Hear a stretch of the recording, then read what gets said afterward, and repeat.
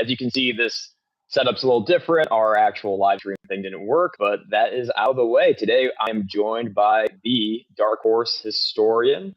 DarkHorse Historian, how about you just introduce yourself? Yeah, what's up, guys? So I've been more prevalent on Instagram and on Facebook as well. Under 3rd Battalion, 5th Marines history. My name is Chris Calman. I served 4 years with 3-5 from 2009, or I got there 2010 to 13. Did 2 deployments, including the Sangan Pump and the 15th MEU. Transition to the reserves. Served with 225 and 325. Recently commissioned in the reserves as an artillery officer.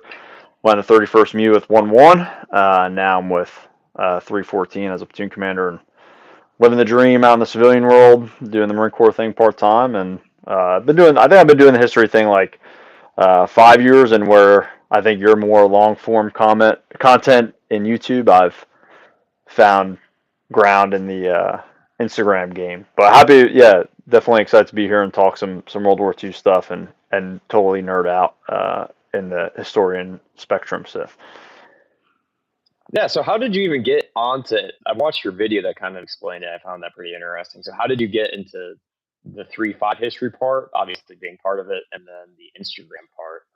Yeah, so I was always into history. I collected like Garands and 03s, and like it was like very generic, like gun collecting, like, oh, I want one from each manufacturer. And then I was like, well, why don't I do something specific to like the Marine Corps? So I looked into Marine Corps history and collecting, and same with social media. So I was looking at social media like 2017, 2018, I think is when I got started. And for whatever reason, that was all like for whatever reason, like SEALs were like the hotness back then. And it was like, if you weren't SEALs or like Delta, like no one cared. And I coming out of my Afghanistan deployment stuff. And I was like, well, we have a really cool history too. And actually, I think the Marine Corps, for as much as we say we're awesome about teaching our history, I would counter that and say we're not good enough. I was like, so, all right, so how do I create a positive environment on social media, make Marines proud to be Marines? And I was like, okay, well, let's do some history stuff. And then I was like, well, let me really narrow it down to 3-5. Like, have a lot of pride with being with 3-5. And it like keeps me focused, especially for the collecting. Like, you can spend a lot of money if you go too off the rails. So if you like stay in your lane, it's a little easier. So for those that don't quite understand, what does 3-5 even mean? And then what is a Marine battalion? We have to this live stream I run it's a whiplash, so it's all over. So if you hop on, you might be getting Marine history, you might be getting pike and shots. For the uninitiated into the occult that is the Marine Corps. Yeah. So for 3-5 is 3rd Battalion, 5th Marine Regiment. So the Marine Corps, when it started, of course, as Continental Marines, were just guys on ships. Became like independent companies, like 46th Company, 43rd Company. For World War I, they formed into regiments and a brigade. So 3-5 means the 3rd Battalion of the 5th Marine Regiment. And then that became part of the 1st Marine Division in World War II. But I think, like we discussed, like your 1st Battalion is always home. So at least for me, like doing 2 deployments with 3-5 and being there for 4 years of like, I was like 19 I was 18 when I checked into the battalion, and then like 21 when I left. So really formative years as a young man. Your 1st battalion's home, and like I have a 3-5 tattoo. I've been with multiple different battalions since then, but your 1st battalion is always home in my mind. So. Oh, absolutely. Especially in the Marine Corps, you deploy as a battalion to this day. So like we don't really deploy as regiments and haven't in a long time. So like that's your unit you get to, the unit you go out to on your deployments with, and your 1st. Yeah, from a history perspective, really lucky to be assigned to a battalion with a really rich history. Because if I was trying to do the history thing with a battalion that didn't go to Vietnam or didn't go to Korea or something, it'd be a little bit of a tighter squeeze on content. So I'm lucky I'm in a content rich battalion. But as far as the collecting world, that works against me, because dudes are like, oh, I watched the Pacific, I'm gonna buy 3-5 stuff because I read Sledge's book, and it's like, all right, relax, like save, I try not to be a gatekeeper or try not to be a jerk because, people don't serve or, for different reasons, but I'm like, I was like, I got skin in the game, I mean, I got 3-5, right there that's staying with me for life, so, it's a little bit different, when it's your home and you experience it, you have a special connection to the unit, so. And for those that aren't even in the too deep in the Marine Corps history, 5th Marines and 6th Marines get a majority of the history. And I can say that as a 3rd Marine guy, we were kind of talking about that beforehand 3rd Marine Regiment is one of the kind of just don't really think much about it, but like growing up in the Marine Corps is how I'd like to say it. Like you learn all about 5th Marines because 5th Marines are at Bella Wood, 5th Marines are at Guadalcanal, 5th Marines are at Chosin Reservoir, 5th Marines are at Hawaii City, 5th Marines are at Fallujah, 5th Marines are at Sangin. It's like just history. So I've always started out writing, like I dabble with the idea of writing a 3-5 history book because really, and like my working title is like America's Assault Battalion because it really feels like every conflict 3-5 is like there. You're like, oh, the wheat fields with like, Dan Daly and, like crossing the wheat field. You're like, well, I was 3-5. Like Floyd Gibbons, who wrote, was a famous reporter with Major Berry. Major Berry's quote is in the Marine Corps Museum, was 3-5, right? So there was World War I. World War II, Guadalcanal, Peleliu. 3-5, was at Waltz Ridge on Gloucester. They were at the capture of Nagisabis off Peleliu. Okinawa, like they didn't capture Shuri, but that was 5th Marines. And then, 3-5 was the 1st Marine unit in combat in Korea. 3-5 was the 1st battalion to land at Incheon. They were the furthest north unit at Chosin, and then turned around and led the breakout from Udom Ni to Fox Hill. Vietnam, Lima Company was in Hue City. The rest were fighting around, and Desert Storm, Fallujah, Sangin. It's pretty lucky that. For whatever reason, it's just one of those battalions. 3-5 was in it. You know what I mean? So.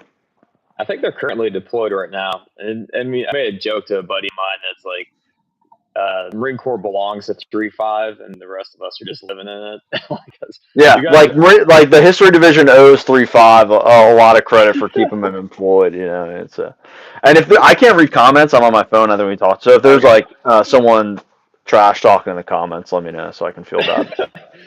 They're making comments about doing illegal substances. I don't know. So we have some Marines in the chat. Perfect. All right, so we came on today again. This is a little bit different than my normal setup. Usually, I have pictures that go along, and then we kind of work our way through. We're gonna try to do that to the best of our ability. This stream that I used fell through and had to put up with some issues, but thankfully, you have a plethora of mannequins there that you can walk us through. It's going to become kind of show and tell, so it's going to be good. So we're going to be out here talking about the 3-5 during World War II and how it transitioned throughout the war. So are you ready? If you're ready to go, we'll start with that first question. Yeah, so I don't know if you had a prompt, but yeah. So I did want to bring up a point, and I think we talked about talking about 1st Marine Division and how it was formed. So 3-5 existed prior to the formation of the 1st Marine Division. Same with 6th Marines, and 5th Marines kind of became the core that 1st Marine Division was built around. But just 3-5 has a swagger, I think the Blue Diamond has a swagger. Not that you experienced that because you're a Hawaii guy, but it's all good. But I love this quote. So this is each division had a history book. So after World War II, this is the old breed. And I'm going to read a quote from this to get us started, if that's okay, because I love the way this book was written, and it just unreal aura, I think, as the kids would say. But the 1st Marine Division was old before its time. No use to look in its history for the helplessness of childhood, the misadventures of youth, the respectability of middle age. It was always a crotchety, cantankerous, prideful, and intolerant, but wise and fearless old man. The 1st was born with a beard. Like Minerva, an ancient goddess, the 1st leaped forth from the brain of the Marine Corps, mature and in complete armor, mature in the deep folk ways of an elite military body, Armed with the amphibious science its stubborn aristocratic parent had made a specialty. The first was always haughty with its younger brothers, born after a more conventional lying-in period or sent to battle later in the process more due. The younger ones sensed the difference beyond years. They proved that they had acquired the skills, only to discover that the old one would not loosen its grip on the folklore. I mean, I think it's still true to this day. Like, the blue diamond is a blue diamond. I was at drill last weekend. One of the guys was like, "Oh, of course he does it because I have blue diamond on the back of my arm." It's like, of course, all these first Marine Division guys rock the blue diamond. It's like, yeah, man, like, dudes earn this in blood, like, and it's a bad organization. You know what I mean? So I'm trying not to cuss, keep it family friendly, but like 3-5, yeah, exists World War I, Nicaragua, Haiti, postal guards. Like, you have uniforms, guys were like on postal guard duty, in the continental United States. So, yeah, just because the 1st Marine Division was formed, early in the war doesn't mean that there weren't like plenty of combat experienced guys. So, but really rolling, do you want to talk TO or gear, or we can kind of roll into Guadalcanal and stuff? So let's talk TO. So before they go to Guadalcanal, let's talk about who made up the ranks. It's the only division in the Marine Corps at this time, because they just started up the second. So yeah, I think those early years, and from the pre-war straight into Guadalcanal, and then you can make it down. You can go down to like the 3-5 level, how a battalion was organized. Because it'd be interesting to know the differences, like the company structure for a World War II battalion compared to like the modern one I'm more familiar with. Yeah, so the 41 through 43 battalions division would be pretty alien to a Marine today, but we'll see. I'll discuss like post 44, the post 44 reforms. That TO really sticks to today. There's some changes, of course, snipers and things like that. But the core of that remains the same, and it's pretty interesting to think, like, the Army, like, guys will be I'm in 10th Mountain Division, but, like, I'm in this regiment or that regiment, or, this battalion tacked on to here, and I'm like, yeah, the 1st Marine Division was always the 1st, 5th, and 7th. 11th Marines are the artillery, like, regiment, like, that's it. Like, maybe, the 6th Marines or not even like the 4th Marine Regiment gets attached somewhere as part of a brigade or something. But the core TO that we see by 1945 more or less remains till today. But so to look at what a squad looks like when they go Canal and Gloucester, it was actually a 9-man rifle squad. They had 3 squads per platoon, but they didn't really have fire teams. So you had a squad leader, an assistant squad leader, 2 scouts, a BAR gunner, a grenadier, and 3 riflemen. And these guys had 1903 Springfields, so they had bolt-action rifles. The squad leader probably had a Thompson gun, like an M1928 version. So think like a gangster with a drum mag, top charging handle versus the side. Big compensator on there. Maybe a Reising on Guadalcanal. 1 BAR gunner per squad. A grenadier, so he had a rifle grenade, and then 3 riflemen with 1903. So not a ton of organic firepower, and it didn't leave the squad leader like necessarily units under his control to maneuver. Really, operations were done more at a platoon level, maneuvering squads. And they didn't really have a capability to set like a base of fire. Sticking to pre-44, the rifle companies had a weapons platoon, which had 2 30 caliber machine guns, light air-cooled machine guns, and 2 60mm mortars. And there was a weapons company at battalion. So they were going to have 4 20mm guns. Those were used as dual anti-air, anti-tank guns. They had 4 81mm mortars.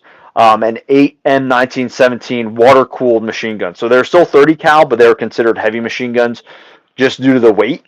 And that changes. So Colonel Mike Edson, who's like famous, Edson Ridge, he became commander of the 5th Marines later in the war, but he spent a lot of time in Nicaragua. He spent time in China during the Chinese Civil War, and he observed how they maneuver their squads. And he came up with this idea of basically running the triangle from the top to the bottom. So at the top you have a division, then you have 3 regiments, 3 maneuver elements. In each regiment there's 3 maneuver elements, which are 3 battalions. 3 battalions or each battalion had 3 companies, rifle companies. Each company had 3 platoons, but then that broke down to the squad. So he said, why don't we extend this all the way? So in 1944, basically in time for Peleliu, the squad looks like the same you would have now. So a squad leader with 3 fire teams with 4 Marines each. So there's a fire team leader who you probably have a carbine. Maybe you picked up a Garand, kind of personal choice, but the TO would have been a carbine. You have a BAR gunner, an assistant BAR gunner armed with an M1 Garand, and then a rifleman/grenadier also with an M1 Garand. So now our firepower of the squad has almost tripled, and we have maneuver elements within the squad for that squad leader to maneuver. And when you talk about leadership span of control, now you're putting 3 individual elements with a designated leader under that span of control of a squad leader. So you're not having 7 guys running amok with 1 squad leader trying to kind of individually push these guys. At the company level, in 1944, the weapons platoon kind of disintegrates or transitions to a machine gun platoon, which is bolstered. So now you're going to have, in one company, you're going to have a machine gun platoon with 6 30 caliber light machine guns and 6 30 caliber heavy machine guns, because the weapons company gets disbanded. So they get basically push those guns down to the companies. And then the mortars fall under the headquarters platoon. So the companies retain mortars, just instead of falling under a machine gun platoon, they fall under a mortar platoon. The battalion, like I said, they lose that weapons company, but they gain like an anti-air. They keep the anti-air, anti-tank, and mortars. They just move those to headquarters and service company. Sorry. Go ahead. No, and then just one more note that post 44,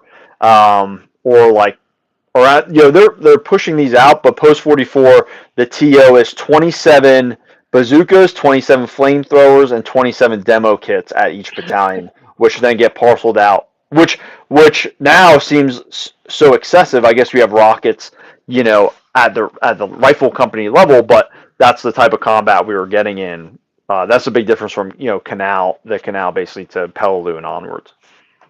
Oh, that's fascinating.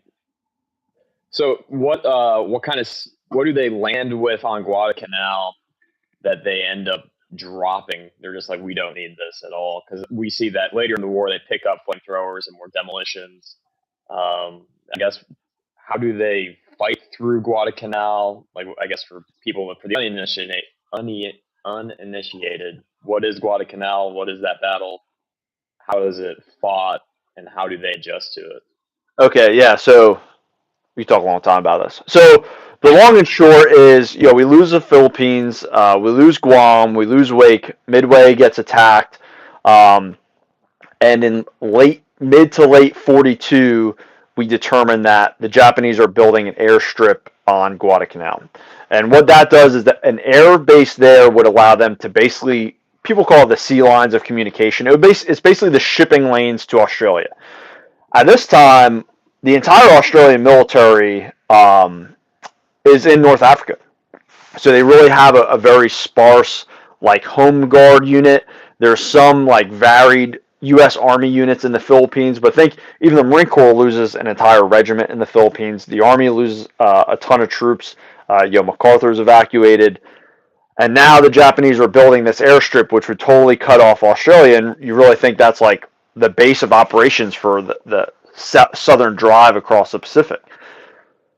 So realistically, the only viable combat unit the United States has is a 1st Marine Division, minus an entire regiment, which would be the 7th Marines in Samoa, because they're guarding American Samoa down there.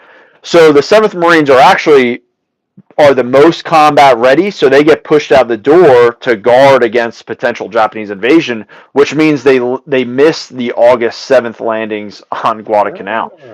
So we land the 1st and 5th Marine Regiments. You get tanks, and service troops. 3 days later, as people watch the Pacific know, the naval battle off Guadalcanal. We lose multiple heavy cruisers, and basically the Navy gets run off. There's one. It's been a second since I read Hornfisher's book, but I think there's one operational carrier. The Navy is very skittish about using that to support the ground campaign. So really, you have two American infantry regiments reinforced, but not a full division, and not enough to really secure an entire perimeter. They capture Henderson Field, which they rename Henderson Field after a Marine pilot who's killed at Midway. But they're concerned about a naval landing. They're concerned about overland attacks, and they really don't have enough troops to cover ground. They land with light tanks by Taro. Not by Taro, I'd say by mid 44. All those light tanks are replaced with medium tanks. And I think, I'm not a tanker, I think the 1st Marine Division on Guadalcanal are the only use of Stuarts in combat by the United States in the war. I'm pretty sure that's correct. I'm sure I'll get fact checked in the comments and told I'm an idiot. But there's something like that. It's like the only use of that model tank, and I think their light tanks is like one of the companies, like C Company of the 1st Tank Battalion. Of course, the 1903 Marines have the bolt action 03, which they've been using since World War I. Haters will say the Marine Corps didn't want the Garand. I have a whole video on that. That's not true. The Marine Corps tested the Garand prior to and had already been issuing them. The thing is, they issued them to like ship detachments and second echelon troops, basically like engineers and guys like that. They're like, hey, we want to work out the kinks of maintenance and basically just get an understanding of how it operates in the jungle before we issue it to our riflemen. Basically the opposite of what we did with the M16 in Vietnam. So that's why people, the Marine Corps didn't want the Garand. It's not true. The Marine Corps had already ordered Garands for the service. Just we didn't nearly have enough, and they were trying to make sure they were fit for duty, really, by the time they issued them to Marines. So the Marines would have them by Gloucester. So you see the 1st Parachute Battalion, the Raider Battalion, and 2-5 land on Florida and Tulagi Islands. Have really tough challenges there, and it was a pretty shoestring fight for a while. The night before the famous battle on Edson's Ridge, that was supposed to be a quiet sector, and Vandegrift was going to have those guys bivouac, and Colonel Hudson was like, I really think it's going to come over land here, and 3 days later they're fighting tooth and nail to really try and survive that ridge and hold the Japanese off. So. Really a plug-and-play fight. Vandegrift does a really good job going blow for blow with the Japanese. And the benefit of the United States was that because we captured like the very little infrastructure and had a perimeter, the Japanese thought, I don't want to say they were arrogant, but they threw a lot of troops piecemeal at the Marines versus massing their forces and coming in en masse. And that was one of the key things of the battle. I always think it's interesting as well. A lot of the regimental and battalion commanders were like Nicaragua guys, like Chesty, for example. So they'd go on these like battalion operations and like not update Vandegrift or not update division, and it would drive Vandegrift wild. And he's like, these guys are used to fighting an insurgency without comms, like without higher headquarters. I think Chesty Puller was like a provisional platoon commander and was like sent off in the jungle and like go fight guerrillas. And that's kind of the mentality they brought to Guadalcanal, which quickly disappeared, I would say, the rest of the war with how important like fire support became and that coordination. But it was kind of a feeling out point, I would say, for the U.S. and Japan. So. What was the experience at the NCO level? So were they also Nicaragua guys? Was the backbone there was a lot of combat experience just everywhere, kind of, or I don't know. Yeah, I think you had a decent amount of combat experience, and they had good training in North Carolina. They knew, the U.S. knew, and the Marine Corps knew war was coming for a while.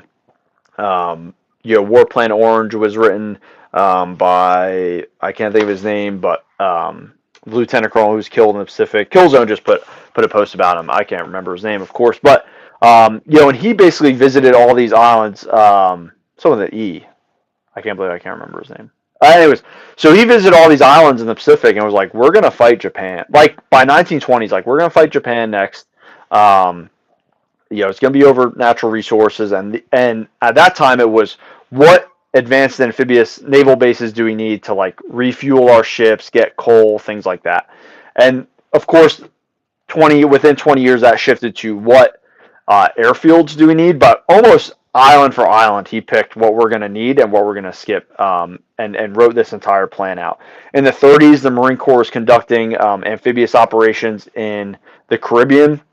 So you think like the Higgins boat was adopted by the Marine Corps, and General Smith, Holland Smith, you can read his book, Coral and Brass, really good book, and he talks about like him as like I think like a lieutenant colonel fighting the Navy, and they're like the Navy's like, oh, we'll just give you like whaling boats, like literally rowboats, and he's like, dude, like this is not gonna work. That the landing vehicle tracked the Alligator was like a swamp boat from Louisiana that he was like, hey, I think this is gonna work. And of course there were growing pains.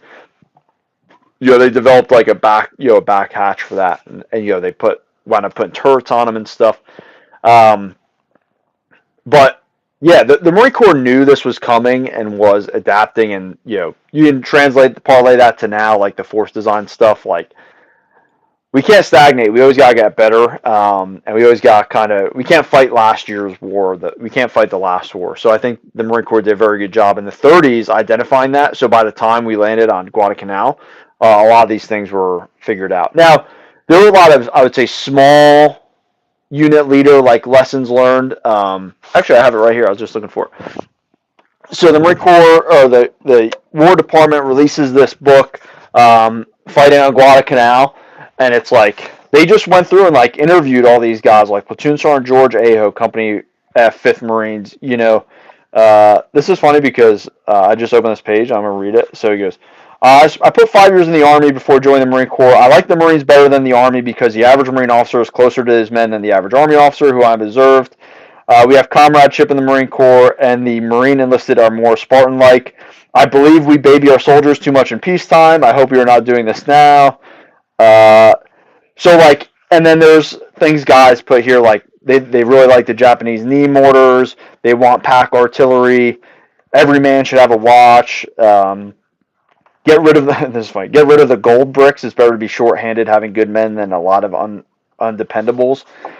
So there's like lessons learned in here. They're like, every Marine should have a fighting knife. There's like some old NCOs like, these damn new Marines drink too much water. Like they need to learn how to ration their water. They're like, we're out in the jungle, we can't purify water. They need to figure it out. And you kind of see that. Like Guadalcanal, you see a lot of guys have one canteen, and then by Peleliu, you'll see guys with 3 canteens on Peleliu. It's so hot.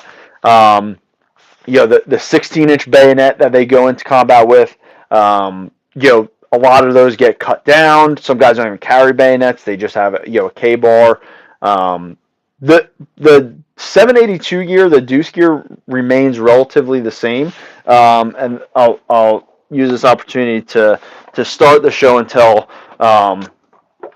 But like this is what an average Guadalcanal Marine would have. Like the new 782 gear pack. I don't even see that. So like the newer pack system that they got in 1941, this pack system comes out. Standard cartridge belt, bayonet attached to the pack, cartridge belt, and a single canteen. And the Marine Corps, interestingly, like made a lot of its own gear. So like this, for example, is like a depot-made canteen was made in Philadelphia at the Naval Yard. The HBT like Marine Corps P41 combat uniform basically sticks throughout the war. You see Tarawa, the Gilberts, Guam, Bougainville, those guys have the P42 and camo uniforms. But that's not too common, especially in the 1st Marine Division. So, but yeah, like a standard, kind of your standard kit changes a little bit, but doesn't vary too far beyond that. For the average rifleman on Guadalcanal, do we know how many rounds they were carrying? Would they carry extra bandoliers? Were they going? Yeah, so they refer to it as a unit of fire. Like so this, hey, our company has 2 units of fire left. I think a unit of fire for a rifleman would be 50 rounds. I believe once they get the Garand, that gets increased to 100 or whatever multiple of 8 that becomes. But not nearly as much on Guadalcanal as it was later, just because, I mean, realistically, ammo production, ammo availability, of course, on Guadalcanal, the ammo availability is low due to the lack of reinforcement. They get some reinforcement, but not a ton. Guadalcanal is referred to as Starvation Island because of the lack of food. So, yeah, you really talk about logistics of Guadalcanal. They're in Australia. They're trying to load. The dock workers are like half socialist and like protesting that their hours are too long. Like ships aren't getting loaded. The Navy like never developed. There's some C and K rations, but they have like legitimate cornflakes in cardboard boxes that just get. There's like mountains of wet cornflakes because it's a monsoon, or a random rain squall would come in and destroy these supplies. They're like, they're putting ammunition under toilet paper and stuff. So a huge after action of Guadalcanal is like combat loading these ships. Like we're not gonna have time to just sit here and unload supplies, and that translates through the entire Pacific in another direction of like, Saipan, and really Okinawa. The casualties are so high because so much firepower is used and all these ammunition ships are just sitting offshore, getting kamikaze. But, yeah, so Marine would have, usually 1 canteen of water, his rations. The Marines eat a lot of Japanese rice. They capture these huge rice stockpiles on day one and wind up surviving off those. And you actually see a lot of Marines wearing Japanese like naval uniforms. Like there's guys wearing Japanese uniforms because their uniforms get so roached from just the moisture and the combat. So. And then quickly the Japanese, like what was their tactics at the time? You said they're deployed piecemeal, so like they'll send. Yeah. So yeah, I need a refresh, but like, for example, the Achiki detachment, I think they land something like 1,200 troops one night, and then he had another run. Rabaul was the big Japanese strong point, and I think it was probably like a 1-day transit down what they called the Strait to Guadalcanal. So the Marine Corps had aircraft on Henderson Field, and they could at certain times intercept these Japanese ships. So the Japanese started using destroyers to reinforce these troops because some of these landing barges were so slow. And there was like one landing they tried, and the Cactus Air Force. So Cactus is the code name for Guadalcanal. So the Cactus Air Force like hammered these landing ships. But he lands like half his force. It's like a regimental size. So he lands like a battalion, and he has another battalion coming. These are like well trained, like had fought in China pre-war. Like the average Japanese soldier had much more combat experience than the average Marine. And I think it was the Achiki detachment. They all came from like, I don't know, they're all like above 6 foot or something. It was something like they were like hand-picked because they were like palace guards or something. And I might be misappropriating that, but there was a unit there, and I think it was the Achiki detachment. So half his troops show up. The next half are going to land tomorrow night, and he writes a note in his diary, and he's like, victory is secured. Like send a message to Tokyo, like we have secured Henderson Field, and then they go against the Marines and get waylaid. So. Yeah, there's a lot of, the Japanese will rush, a regiment down or a detachment down, and then they'll get thrown, against this piece of the line and maybe achieve a small tactical victory. But in the long run, they never really mass an attack. I mean, the Marine position is threatened. It's not a, like Peleliu or Okinawa, like, we know we're going to win. It's just how long and how costly it's going to be. Guadalcanal was like, we're not so sure about this. We have a division out here. We just lost 4 heavy cruisers. And the Navy's still like reeling from not only Pearl Harbor, but The opening days, the Asiatic fleet gets like pinned in the Southwest Pacific, and they're running like joint task forces with like New Zealand and Australia and the Royal Air Force. They have no air cover. They're just getting destroyed by these Japanese aircraft. So the Navy's like really in a tough spot. They have a lot of carriers damaged and lost at Midway. And yeah, these are victories. You talk about Coral Sea, Midway, and yeah, numerically these are victories. And there's plenty of American aircraft carriers coming, but they're not here yet. And if we lose our last carrier, like that's it. That's our power projection. So the Navy was very skittish with that.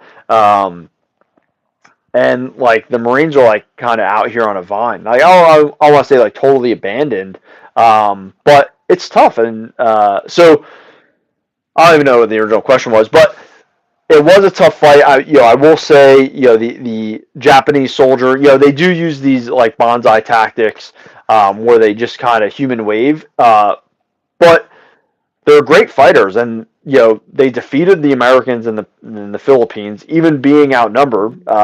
Allied forces in the Philippines outnumbered the Japanese, and the Japanese still won. They took Guam, they took Wake. They're experienced fighters, so I would say they may have been a little arrogant, but to a certain extent, they had earned it. They had defeated the Allies everywhere they encountered them, and Guadalcanal for being maybe the first American offensive. Is I forget who it was. One of the high level Japanese, like that's the turning point. Guadalcanal is a turning point in the entire war. You're like, well, it's so early. Pearl Harbor was December 41. We land on Guadalcanal August 42, and that's the turning point. But I think they realized, the average Marine is a good fighter, is a good hand-to-hand fighter, can fight tactically, can be controlled. American supporting arms are integrated better in the Marine Corps supporting arms is better integrated than any other organization in the world. We see that more, especially in Korea, but in World War II, the integration of the 11th Marine Regiment with the 1st Marine Division, the Japanese couldn't imagine using supporting arms the way we do, and that's not even talking about close air support like we talk about with Peleliu and Iwo Jima and Okinawa. So that's just interesting to note because in like the retrospective way, there were like these bonsai charges, these aggressive shock troop, like that had worked against Americans only months prior, right? In the Philippines, they've been able to push the Americans completely off the Philippines.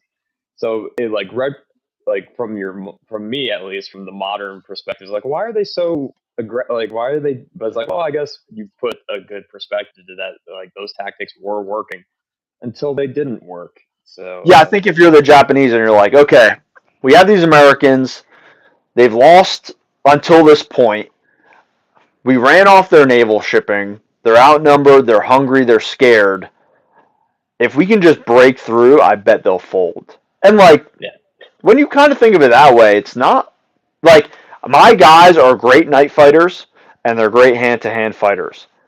I think I can scare the hell out of these guys and make a racket and yell and infiltrate, and they'll just crumble. And that's not totally out of the realm, of possibility to think that way. And the Japanese were fantastic night fighters, far better than most Americans were the entire war. So, okay, so they come off Guadalcanal, and then what's the rebuilding like, and what's their next campaign, and then how just all the transition that they've learned. You kind of already touched on that. Their lessons learned from Guadalcanal, their after actions, and then their next fight, and then how they change for that. And then yeah, so I think so the first experience, like this pamphlet, like, hey, what do we need to learn going forward? And like, I'd be remiss, my friend Seth will appreciate me giving the Army credit. Like, the 1st Marine Division won, secured Guadalcanal, no big deal, but there was still a ton of fighting. Like 2nd Marine Division guys, like know your history. Like 2nd and 8th Marines fought. I think it was 2nd Marine, 6th, maybe 6th and 8th. 2nd Marine Division, a vast majority of them fought on Guadalcanal after the 1st left. The Army continued to fight and had major engagements on Guadalcanal after the 1st Marine Division left. So I would say the 1st Marine Division really took the brunt and secured, won the battle per se, but it didn't end. The Marine Corps didn't end the battle, or the First Marine Division didn't end the battle there. But yeah, so they go back to Australia, of course. Anyone who's watched Pacific knows they go out to Australia, have a good time, party, and then really get back into it. So, so pre Guadalcanal and then Australia, they were wearing, and as an infantryman, you'll appreciate. So this is a service shoe. This is what you would wear in combat, and then you'd polish it and wear it in your service uniform. Because really, until that P41 uniform came out, service uniforms were combat uniforms. So it's like a tough leather, goes up to your ankle, and then you would wear a legging over that. So that would go over the boot, and you would tuck your pants in there, and it would keep bugs out and moisture and things like that. So one of the major upgrades the Marines get are the boondockers. It's a softer leather. It's a little more reasonable. It's funny, they go to Australia and try different boots. They try Australian boots and stuff like that. Like you seen in the Pacific, where they're like their feet are super blistered. They go on this long march, but some of them have these Australian boots, and they'll literally destroy, like bleeding everywhere. So they get the boondocker, which is pretty iconic. They get issued some camouflage. So in Guadalcanal, guys would have been wearing the standard steel pot. And then if you're like a super nerd, you'll be like, oh, they had a fiber pressed Hawley liner and stuff. But they improve the liner, improve the helmet by adding a double-sided reversible iconic cover, right? So the Frogskin cover, it has a beach side and a jungle side, and of course this becomes the iconic Marine wear until 58, really, when the Mitchell pattern comes out. So as far as TO, we discussed that doesn't really happen until post Gloucester, pre Peleliu, and Gloucester is going to be similar to the Guadalcanal fight, a very tough jungle fight where supporting arms are very important, but maybe not as well integrated, as well utilized, just due to the density of the jungle and the unknown enemy situation. So I will say my gripe with the Pacific is, and it's been a long time since I've read Lecky's book, but there's one firefight in the Pacific scene of Gloucester, and they're like, we're sleeping in our hammocks and getting rained on, and it sucks, and it does. I hate the rain. I hate being wet. I hate being in the field, but there's extremely intense combat on Cape Gloucester that and in New Britain that totally, that is my main gripe with the Pacific. I'm gonna go on a rant here, but there's a ton of fighting on Gloucester that gets totally overlooked by historians, and I don't know why. So Walt's Ridge, so Lieutenant Colonel Walt it becomes a CO, becomes a CO of 3.5, and he pushes a 37 millimeter anti-tank gun by hand up this ridge, and they're just shooting a flechette round, like a shotgun round, and then pushing it 6 feet, and then loading it and shooting, and then pushing it 6 feet up this ridge. And guys are dropping, guys are jumping on the gun, loading around, getting shot off. Another guy jumps on, and that's how they have to fight through this jungle trail. They're we would cross and get hit by an ambush and pull back, and the Marines would be like, did you see anyone? No. Did you see anyone? No. Did you see anyone? No. That's how thick this jungle was and intense this fighting. So 3.5, I want to say 3.7 fight over Aogiri Ridge, I think it is, which they renamed Walt's Ridge, for 10 days. 10 days, frontal assaults on this ridge to take it. So that's my tangent. There's other battles and stuff, but after a while, there's these major engagements, the Marines gain the upper hand, and then it's really just, then it becomes what Lecky, what they portray Lecky as, looking for the Japanese, hunting the Japanese, and the Japanese just begin wasting away in the jungle. So, so I need to go back because a really interesting, not interesting, but sad story. So on the canal, this is kind of how uninitiated the Marines are to combat. So they have this Japanese soldier coming in, and he's like, yeah, there's Marines, or there's Japanese, and they're really sick, and they're like over here at this village, and they're really sick, and they're gonna surrender if you go get them. So Colonel Goddage, or Goki, I think Goki is a pronunciation, but he's like the Division S2, like really intelligent guy, full bird, and he pulls, and it becomes a drain for the rest of the campaign. He pulls most of the 5th Marine Regiment S2 section. He pulls a lot of interpreters. I think he pulls the 5th Marine Regiment, like regimental surgeon. And they, like 32 men, they load up in 2 Higgins boats and land at this village.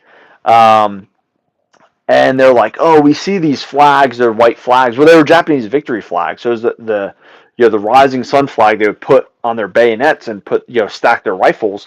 So they thought they were surrender flags. So they land.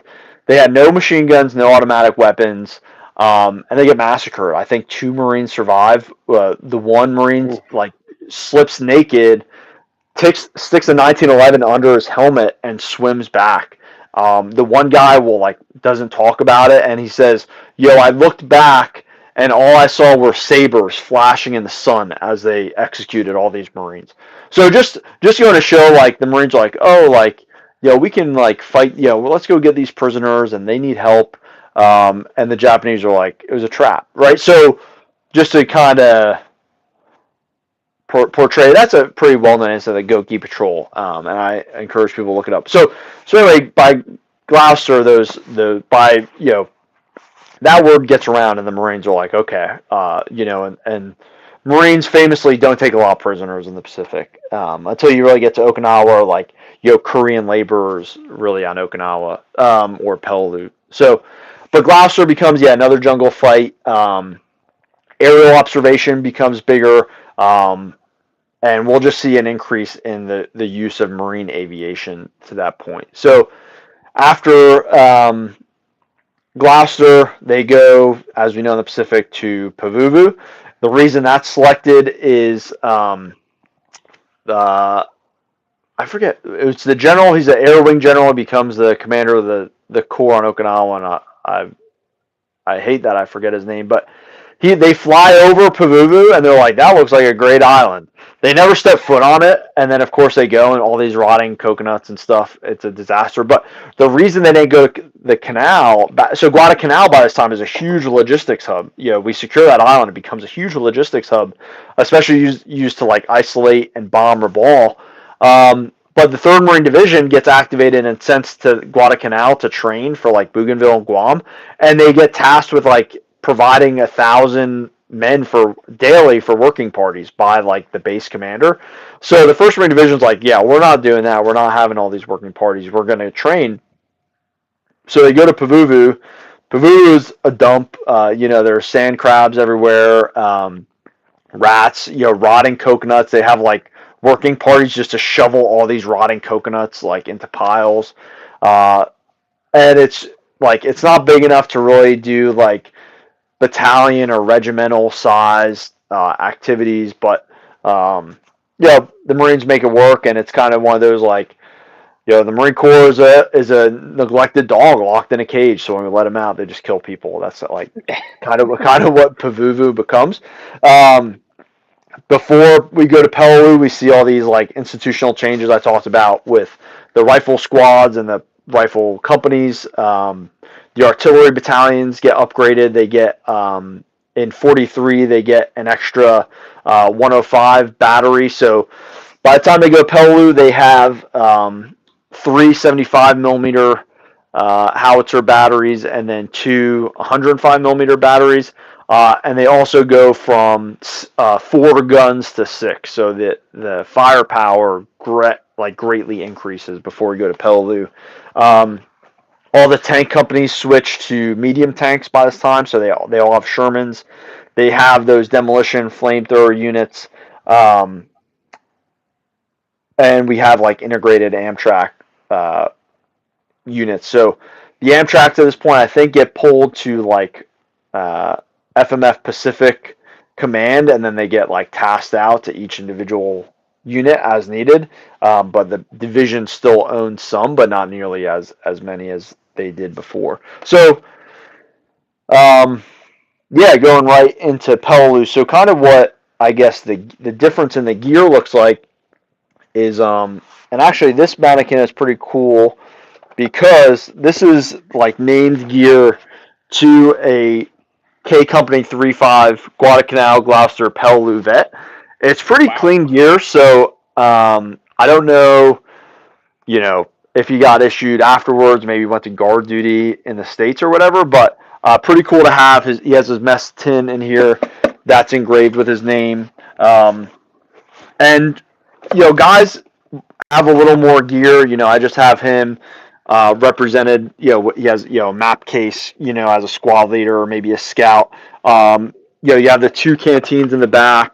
I think on here I have like the iconic like dog ear canteens or the cross flap canteens, and then the depot made standard like P2 canteen.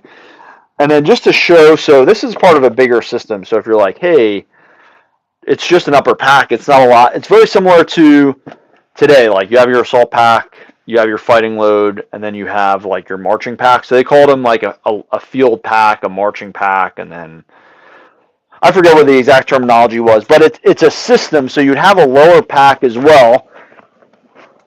So this is what it looks like. It's not fully packed. Like you're supposed to have like an extra set of shoes and your cans and meat pouches in here, but you have a whole shelter half. So you and your buddy would have a shelter with a wool blanket in there. So you put that together.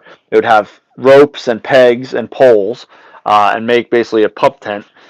At the bottom, you would have like a spare set of camis or utilities, spare set of boots, and then the top would be maybe your hygiene gear, your chow, and then everyone would have a bayonet, either a shovel or an entrenching tool, or a pickmatic, and then guys would carry a K-bar, a fighting knife on their belt. So obviously you could strip down, you could drop this pack. Guys would use the lower pack sometimes as like just utility bags and put them over their shoulder. But that's what the full kit looked like. Guys very rarely landed with that. You really don't see a lot of the shelter halves make it into combat. What guys would carry, of course, is the poncho. So that is like a legitimate poncho, goes over your head. On Guadalcanal, you have the khaki poncho. And then, of course, after Guadalcanal, we shift to the iconic, Frogskin, which is, same thing, beach side and then jungle side. And then guys would just stick this under the flap of their pack, or which wasn't maybe the doctrinal way to do it. So I have the Marine Handbook, which guys still get. So this was Private Ronald Sadewater, Platoon 793. So very similar to what we kind of issue guys today. Talks about customs and courtesies. Your rifle drill talks about how to shoot the rifle, trigger squeeze. I just happened over that page. But then it talks about how to assemble the light pack, how to assemble the marching pack, what equipment, how to lay it out. And then it talks about, infantry tactics and squad formations and how to, read a map. So this was kind of, if you were a junior Marine and even NCO, you were expected to kind of know that by heart. So it's interesting they have a poncho that you can wear, because do they have wearable ponchos now? Because now you just have a Gore-Tex jacket.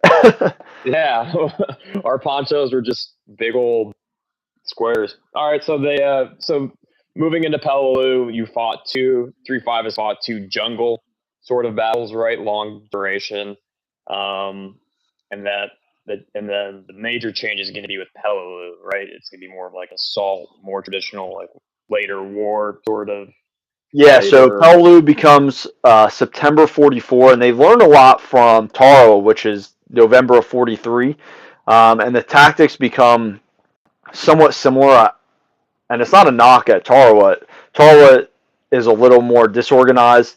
Peleliu is organized. There's lanes and zones that the units operate in, but it is what I forget. Maybe John Erkson called it, but like corkscrew and blowtorch, like flame tanks, HE, supporting arms, like tanks moving with infantry protecting the tanks. If we don't have infantry with the tanks, then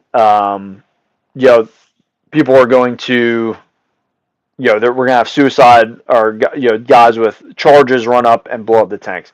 If we don't have tanks with the infantry, when they encounter a machine gun nest, we're going to have no HE support. So rockets become vitally important after they capture the airfield on day 2. We'll have like the Corsair, which is probably the best Marine Corps aircraft that has ever existed on the face of the planet. Any pilot can fight me who disagrees, but they literally take off the airfield and they don't even pull up their landing gear. They drop napalm. We get the implementation of napalm. They're dropping napalm and then landing and rearming, and they just do that all day.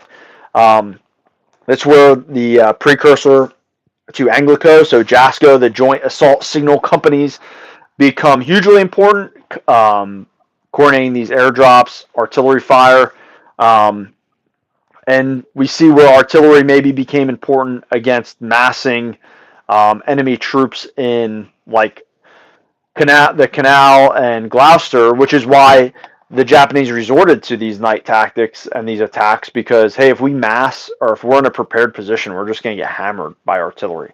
So now they're so dug in that artillery can help, but only to a certain point. And we see that with the naval bombardments of these islands. You have battleships shelling these islands, and then the Japanese go underground, and then they come right back up into their fighting positions after that bombardment ends, which doesn't forgive the Navy shortchanging a lot of the bombardments. But so I don't know if it was Tarawa or Saipan, maybe. General Smith is on this like briefing with these admirals, and they're like, there's no one left on there. And General Smith stands up and he's like, just remember, you guys are in this wardroom to these, and he's talking to these admirals and Navy officers, like, you guys are in this wardroom behind 14 inches of homogeneous cold-rolled steel armor plates on the side of a battleship. When a Marine lands on that beach, the only armor he has is his khaki shirt. And it's like, oh, yeah. So the supporting arms becomes really important. The use of flamethrowers, these charges to destroy these bunkers, because the Marines or the Japanese learn they can fortify these islands and try and basically trade time and space for lives, hoping that basically America would get tired. Well, I would say by Okinawa they realize, hey, the war is lost. We can't prevent Americans from taking these islands, but what we can do is make it so costly that America won't want to. But Peleliu, we see a defense of the beach combined with a defense in depth that you don't see on Okinawa. But there's bunkers and stuff right on the beach of Peleliu that the Marines have to fight through, which is why the advent of these landing vehicles, the alligators and stuff, are so important, because they allow the Marines to get somewhat inland before they can disembark. And if you want to just touch on Tarawa for those that don't quite know, what was the issue that happened to Tarawa? And you said they learned from that and then it was better. So the major issue at Tarawa were coral reefs. And General Smith, again, fighting with the Navy. The Navy owned these landing vehicles, the tracked landing vehicles, and only gave him, X number. And he was like, I need double that. But of course, Tarawa was coinciding with, operations were always ongoing. Guam, Bougainville, Gloucester. So there's always a fight for resources. So a lot of Marines and Higgins boats, the tidal charts they were using for Tarawa were like 70 years old. It was like something crazy. They had to go, again, it's been a while since I read the books, but they went on a day where they thought they would have enough clearance over the coral, but didn't. So a lot of the Higgins boats, like you would see in Saving Private Ryan, get caught on the coral, and these Marines have to wade like 600 meters in like chest deep water, getting raked by machine gun fire the entire time. The landing is in doubt at certain times. Like really don't know if the Marines are going to get pushed off the beach, and then once they get on the beach, it's a really tough fight to systematically remove these Japanese positions. The Marine Corps learns a lot from this. We get the advent of the SEALs, unfortunately. No, I'm just kidding. But kind of. So they originally started as underwater demolition teams. So them combined with and then when they abandoned that, then you see the advent of forced reconnaissance, which existed organic to the Marine Corps as well. But they were really like survey teams to determine like landing beaches for amphibious assault. So Navy SEALs, the original enablers of Marine Infantry. I'll just put that out there. I'll put that tagline there. Yeah, so like we have to develop kind of like, and unfortunately it costs people's lives to determine this, but it's just, bad decision compounding, couple stacks of Swiss cheese going on a day that maybe the tidal is a little low, using old charts, not having the right equipment, and then we wind up losing a lot of Marines. Okay, and so then they fight through Peleliu. I have one question. So you said flamethrowers are now organic to the battalion level, and how are they? Are they organic to like the company? Does the company get 2 flamethrowers and the company commander? Like, how does that work? So I'm going to speculate a bit and say the battalion had 27. So quick math, they gave 9 to each company.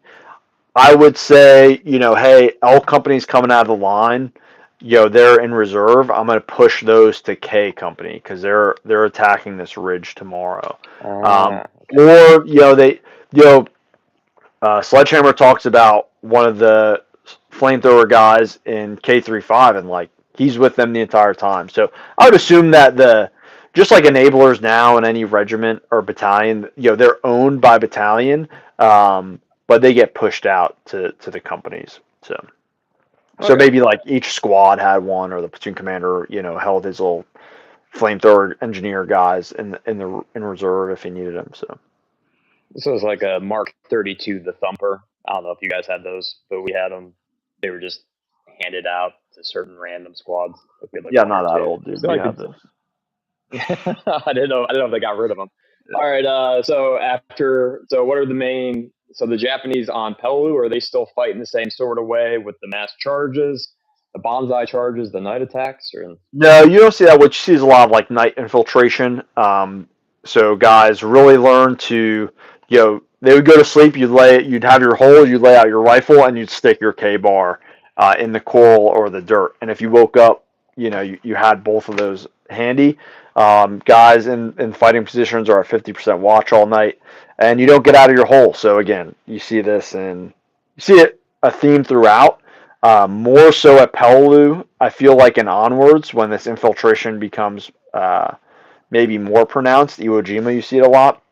But like, if you see movement outside your hole, it's presumed to be enemy. No one goes out after dark. The Japanese are very good night fighters, and it also allows them to close with American forces and get close to American lines without facing aircraft and artillery and all that. It's like the one time they can come out where they're not under observation. So they try and use that night to attack. When we get to Okinawa, we see like an organized counterattack that fails. But Peleliu is basically just this slow grinding down. A lot of the Marines call them snipers. They're probably just Japanese with really good shots, and the Japanese have a very, very, very effective machine gun called the Nambu, which they emplace and are very good at supporting and protecting, and that really becomes the main killer of Marines is those Nambu machine gun. The Japanese learn, like in Guadalcanal, they're like in coconut trees shooting down at Marines, and you see that at Gloucester too, and that incurs a few casualties, but it's effective to a point, and it's not survivable. Yeah, I can take 2 Marines with me, but I can't shoot a few Marines and then as the Marines close, like move to another position. So the Japanese learn this, like, okay, I'll hold this position, but then if I start getting overrun, like I just hit my tunnel and I go to my fallback position. So it's a very, very slow, methodical drive. Marines will take a position. You see this on Okinawa, especially. Marines will take a position, and then like Japanese appear behind them. So that's why the demolitions and flamethrowers become so important, because they make those positions untenable. So Okay, and then how long is do we know how long is the Battle of Peleliu, and then what are the major lessons learned from Peleliu before we go into Okinawa?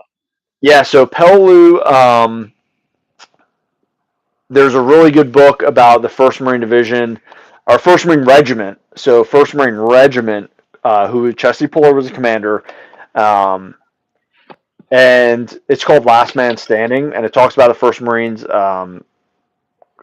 Captain Pope receives the Medal of Honor as a company commander, and they have a few specific points. The 1st Marine Regiment is combat effective after 1 week on Peleliu. So the 1st Marine Division would be committed about a month. We lose the 1st Marine Regiment about a week, and that's due to, they go against the Three Sisters, Bloody Nose Ridge. They go against this ridge overlooking the airport like right away, and their 1st regiment committed. But one of the criticisms of Colonel Puller is like, he's like, go, attack, attack, attack. And like his officers and senior Marines are like, sir, like we have to be methodical about this, because like if we just attack and run into these positions, it's a meat grinder. And that's a criticism levied against Puller, is he orders these guys to attack like well defended positions, and the Marines take really heavy casualties. The 5th Marine CO takes like observation flights, gets in a Piper Club and flies low over the battlefield and looks at these positions. And he comments, he's like, I don't know why Puller never gotten it. Like, we had these aircraft, I don't know why he never got a real sense of the tactical picture.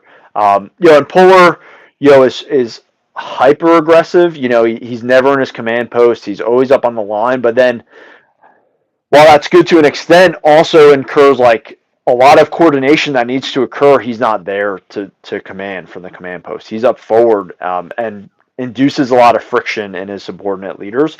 That's maybe not necessary. Maybe that's why the 1st Marine Regiment becomes combat ineffective so quickly compared to the 5th and 7th. So the 5th and 7th, and the 1st Marines too, but really realize like, hey, we need to take this one at a time. There is, 5th Marines, 3-5 does attempt like this end around. There's like a coastal road, but it becomes like so littered with snipers that it becomes really challenging. But they're always looking for ways to outflank the enemy and get another angle on these positions. But Peleliu, just the way it's shaped and the geography, makes it really difficult. 3-5 in this time does conduct a pretty interesting shore-to-shore landing. So they leave Peleliu, land on Nagisabis, and there's a lot of like observers for that, because it's a battle in mini. It's like this one infantry battalion, and they're like, this is the future of combined arms. Like, we have naval gunfire landing, we have artillery impacting, like Marines hit the beach, that those fires shut off. We have close air support, and it becomes like this real model of close air support and integration of fires moving forward. Just kind of an interesting note. But Peleliu, for the 1st Marine Division, really becomes this like, okay, this is going to be a slow, methodical slog. Like, we're not maneuvering our way out of here.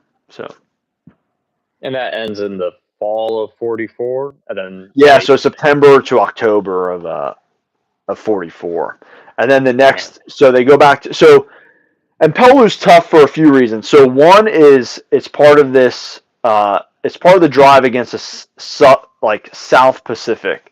So the Central Pacific, you're looking at like Saipan, Guam, Iwo Jima. The Southern Drive, you have Gloucester, Peleliu, Okinawa.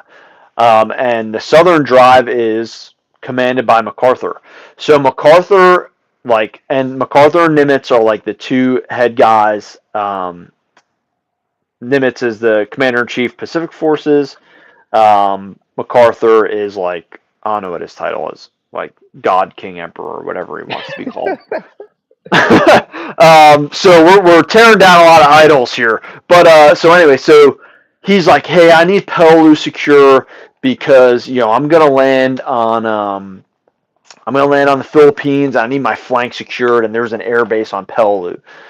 So they're like looking at this, and Halsey and Turner actually look at Peleliu, and they're like, dude, we've been bombing. So by this time we have like fast attack carriers, and they're going and they're sending carriers. They'll pound a Japanese airbase for like 2-3 days and pull the carriers back before Japan can respond. And they've decimated Peleliu. The aircraft on Peleliu are decimated. The fuel tanks are destroyed. There's very, very little reason to land on Peleliu. Halsey says this, and I think the decision goes up to Nimitz. And this bears more research because I've done a lot of research on a wide variety of topics, so now my like finer points are a little dull.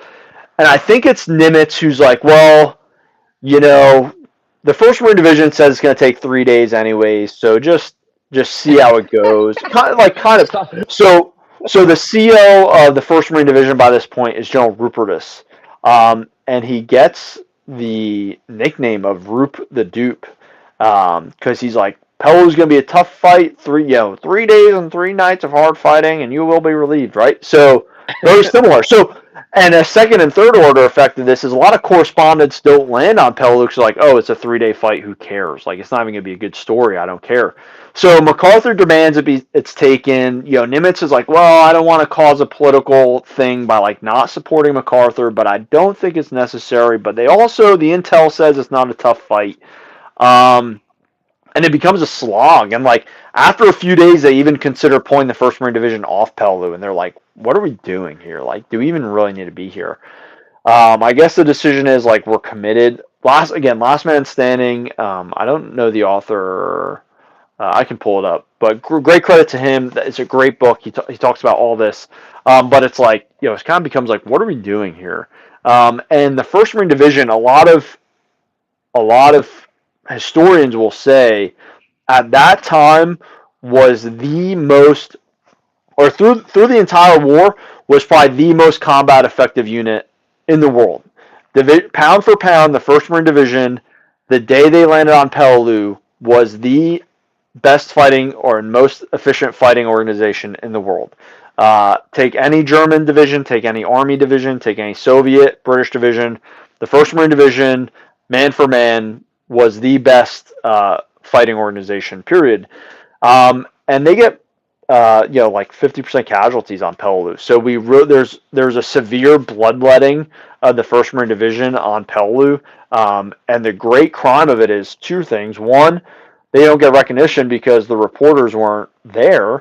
And 2 was it arguably wasn't necessary. We have this conversation with Iwo Jima, not as much, I would say, but kind of the strategic error. Like, how effective would the 1st Marine Division been on Okinawa or earlier, for an earlier operation, had they not gone against the Japanese on Peleliu? Yeah, because now you lose 50% casualties. I don't know what percentage that will come back, but you got to so you have all these the retrain. Yeah, all these guys from the Canal. So most guys did 3 campaigns. So they were Canal, Gloucester, Peleliu vets. And like you lose a lot of experience there of guys who were probably going to rotate back anyways, but were now killed or wounded, and they could have gone to the infantry training regiments to train new Marines. You have guys who came to the fleet in Gloucester who have combat experience, and they're like junior NCOs who are killed.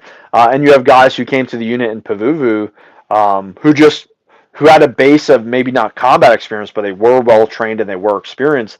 And then the next battle gets Okinawa, and you even have some Marines who are like draftees, who are rushed through 6 weeks of boot camp, rushed through an infantry training program, and get to the fleet and are maybe not as effective. And just the fact that now you need more replacements, you need more fresh blood, just because you've lost these guys, period. So. And the Marine Corps is now moved up to 6 divisions, or is it? Yeah, by the time they hit Okinawa, the Marine Corps is now at 6 divisions. Yeah, so the 6th Marine Division is formed primarily like out of the Raiders. The Raider battalions get disbanded, the parachute units get disbanded. So like the 29th like 27th, 29th, or I think the 27th is 5th Marine Division, but like the 29th Marine Regiment is like a lot of former Raider officers, and that becomes a super effective combat unit as well, just because of that, influx of like really top quality guys and experienced guys. I'll do a little shameless plug. I had Zach Wood on. He's the 5th Marine Division historian. Yeah. So I have a family member that was killed with 28th Marines on Iwo Jima. And so I was able to find their company photo for Able Company, 28th Marines. And throughout the entire company photo, like, you just see jump wings everywhere because they had pulled those guys out of the training. They had used to be Marine, like Paramarines and Marine Raiders, and they'd gone like the training cadre. And then they just kind of like amalgamished them together to make 28th Marines. And those are the guys that, like the guys that raised the flag on Iwo Jima. There's at least one Paramarine and one Raider, maybe 2 Raiders, but like there's just like that. And that just kind of shows that the Marine Corps is now having all these, just trying to pull people in to expand up the 6th Marine Division or 6th. Yeah, and actually, like just a random funny story is that the Paramarines training was harder than the Raiders. The Raiders had good leadership with Mike Edson and Carlson and stuff, but the Paramarine training pipeline was tougher than the Raiders, and they're both extremely effective fighting units, but the Paramarines were like really tough guys. So we pull 3-5, comes off of Peleliu, a lot of casualties like you've already stated, and they're getting, I guess that's first, they're bringing in draftees are coming in before they hit Okinawa, and then let's close out with our final battle for 3-5. Yeah, any changes that happened to the battalion, I guess. Yeah, not a ton of draftees, but enough where it's like, like the Marine Corps. So that occurs a little bit because of the Marine Corps releases this film called I think it's the Marines at Tarawa. And like if you go to the Marine Corps Museum, they have like I think it received an Emmy or an Oscar or something. And the commandant went, I think it was Vandegrift, went to FDR and was like, I want to release this footage because America deserves to know what my Marines are doing. And FDR is like, well, we don't really release footage with dead service members. And Vandegrift, the Marine Corps is like pretty adamant they want to do this. So it's this documentary. It's like 20, 30 minutes maybe. And like, it's these scenes of like Marine bodies of Marines like in the tide, just washing ashore, and it's very sobering, and recruiting numbers drop like pretty hard after that. And it's like, hey, it's not this glory-filled expedition, but again, like very important for people to know the reality of it. So that might be why. I mean, all these guys who enlisted right after Pearl Harbor, or lied about their age to get in early. So there are some draftees. It's not super widespread, and I think at this point you still have people kind of like Vietnam who are like, well, I'd rather enlist in the Marine Corps than get drafted. I don't want to be labeled a draftee, so I'd rather just enlist in the Marine Corps. But yeah, the Marines that land at Okinawa are very well trained. So after Peleliu, they go back to Pavuvu. By this time, it's a little bit better. They have roads. They grind up coral, and they have these roads, and the tents are a little bit better. They have wooden floors for the tents now and stuff. So, but it's still Pavuvu. It's not Australia. There's no Australian women to chase and beer to drink. So it's still tough. I mean, you think about if maybe you went to Australia as a boot, and then fought on Gloucester, and then you were on Pavuvu, and then you were on Peleliu, and then you went back to Pavuvu. You're like, yeah, this isn't some island tropical vacation. This place sucks, So you weren't taking liberty in Paris, you know what I mean? This isn't the Eastern, this isn't the European theater, right? Like it's pretty tough out here. So you go back to Pavuvu, still very Spartan lifestyle, Spartan training, but again, like it produces good results, and the Marines go to Okinawa, pretty well trained, pretty fit and trim. So they land on Okinawa. April 1st, they encounter very little resistance. The 1st Marine Division is in reserve for almost a month. The Army, so it's 2 corps. So it's the fifth, I believe it's fifth amphibious corps, first maybe. It's an amphibious corps. So it's the first and sixth Marine Division. The second Marine Division conducts a feint to the south of an island, like a fake landing, and then peels out. And then three Army divisions turn south. So that's where the main Japanese defenses are. The 6th Marine Division clears the northern part of the island. 1st Marine Division just kind of moves to the eastern side of the island, kind of hangs out in reserve. And then about a month after they land, they're sent to the south to relieve Army units that are really struggling against like Kakazu Ridge, Shuri Ridge, and all these ridge lines to the south. And then, so we've kind of talked about the TNO has changed. This is the 12-man squad, right? This is the squad that we're most 13-man with a squad there. Yeah. M1 Garand. Yeah, so the TO that guys are using in Okinawa is very similar to what we have today. You have a machine gun section, and nowadays we are back to a weapons platoon and weapons company. The only difference is those were under headquarters, but we saw a weapons platoon with 60 millimeter mortars and a 30 caliber 7.62 machine guns. You have 3 fire teams of 4 guys each instead of we had the SAW for a bit instead of the BAR. Now we have the IAR. Or I guess now everyone has a Mark 27, but so very very similar. Like K35 has been K35 since 1917. You know what I mean? And once the 1st Marine Division was formed, K35 has been K35 since 1942. That TO of the division, for the most part, minus the divesting of tanks and things like that, have looked very similar. I would say the biggest changes, and it's not even it's TO weapons per se, but it's the artillery. We don't have 75, we don't have 105s anymore. Everything's 155, and now everything's rockets. So that's where the biggest changes is probably in the 11th Marine Regiment, really. So. And then how long is the fight for Okinawa? So you said there's at least 5 divisions on that island. That is a massive amount of manpower, considering we started the war with just the one, weakened division, and now we have 5, 2 Marine. Does 2nd Marine Division fight on Okinawa as well, or the very tail end? Okay. So, and again,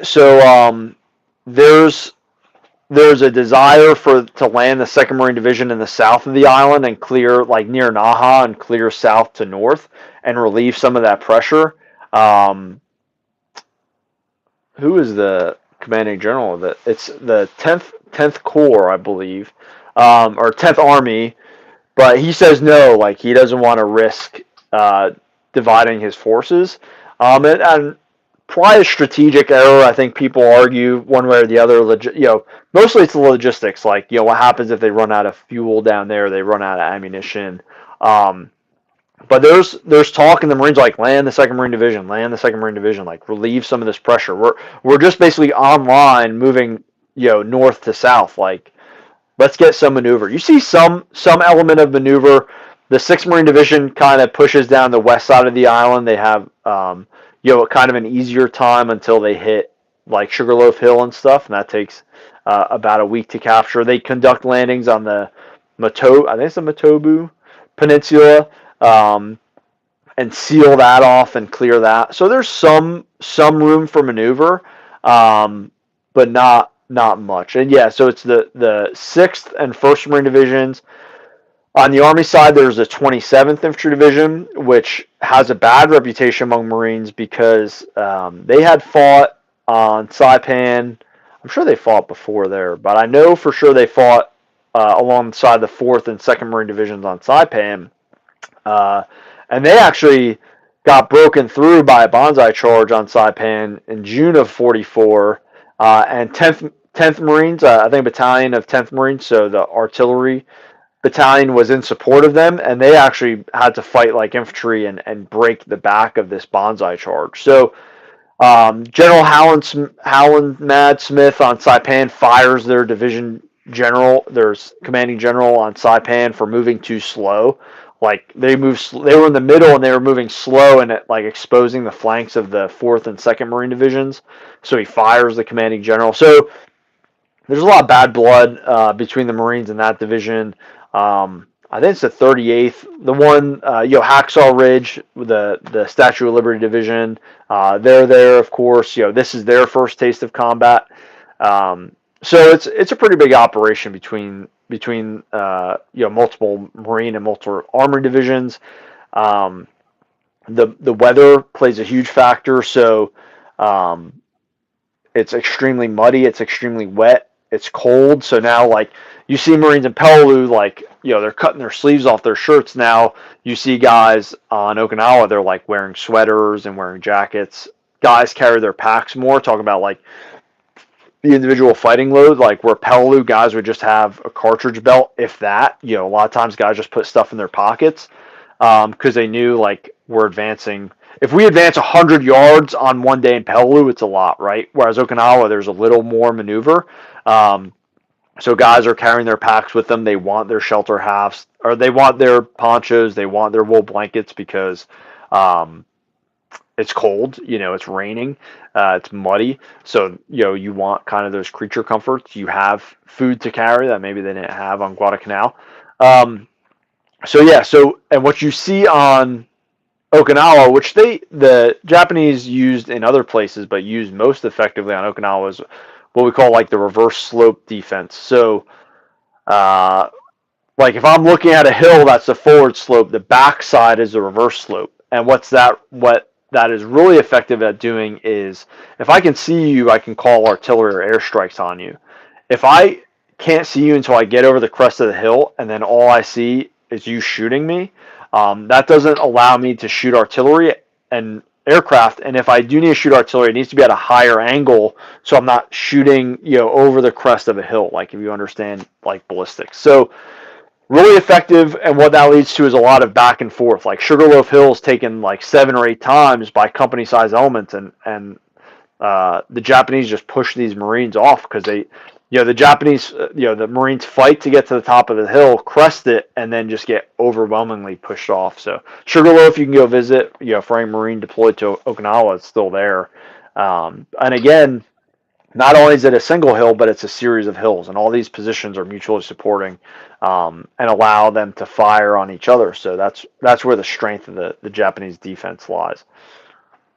It's just interesting too, because like Guadalcanal, Gloucester, those are more jungle. Peleliu is like that island is salt, quick in and out, and then Okinawa is this larger train campaign. And there's also towns, right? There's like, is 3-5 doing any like city or I guess village fighting? Interface between, there's people that actually live on Okinawa. There wasn't that many people that were living on the other islands. Pretty sparse. Yeah, you mostly see that with the 6th Marine Division are really the ones who clear through Naha, and they make it through there pretty quick. There's not as much like legit like house to house fighting as you would think. Okay. The Japanese kind of have these ridges with mutually supporting positions. The Japanese, really try and hold off on the river crossing across into Naha and things like that. There's some fighting through Naha, but I think the 6th Marine Division clears it out relatively quickly. It's not like Hue City or anything like that. So. But yeah, I mean, you talk about like 4 divisions online, moving in zone. You have unit boundaries, and not to say that didn't exist on Peleliu, but where Gloucester and Canal, you're moving regiments, and it's more of a chess match of like allocating resources, and Guadalcanal especially is countering Japanese offensives and moving guys around and moving battalions to entrap Japanese positions. Okinawa is like, there's the ridge, we need to take it, but this company needs to suppress this hill, and then this, there's a lot of coordination, but it's not, there's a lot of coordination, a lot of movement, but it's not necessarily like maneuvering. Like, yeah, we're outflanking, but it's not like this. It's not like this end around. It's just, hey, I need to capture this hill so I can capture this hill so I can capture this hill type of a thing. Okay, so you just want to do the final, because I think I do for like 20 more minutes, or whatever your schedule is. I just want to make sure. I want to like wrap up Okinawa, and then my question is like, how much? I just want to hear your thoughts on the changes that 3.5 goes through. It could be personnel, just kind of like you want to not summarize. Well, I guess summarize would be the best way. Anything that stands out to you from all your research and knowledge. And we also have a question about your service jackets. So I want to get to see if you have any questions now. Please leave them in the chat, and I'll get them over here. Yeah, I'm not in a super rush, but yeah. So Oh, okay, good. Okinawa was cool. I mean, I just deployed there a few years ago with 1-1, and I tried to do like PME for the guys of like, hey, like when you go to the Kinzer gym, like there was a major Japanese landing there that Charlie 1-1 specifically like countered that landing. So yeah, so into 1-1 or not into one into Okinawa. So there's the Japanese. There's like basically the operations officer and the XO. The OPSO is like super aggressive, really traditionalist, like bonsai spirit, and the XO was like this calculated, like, hey, we need to bleed them dry. We're not going to win, but we need to try and outlast them. And the OPSO is like, we can attack them and kick them off the island. So they do this plan.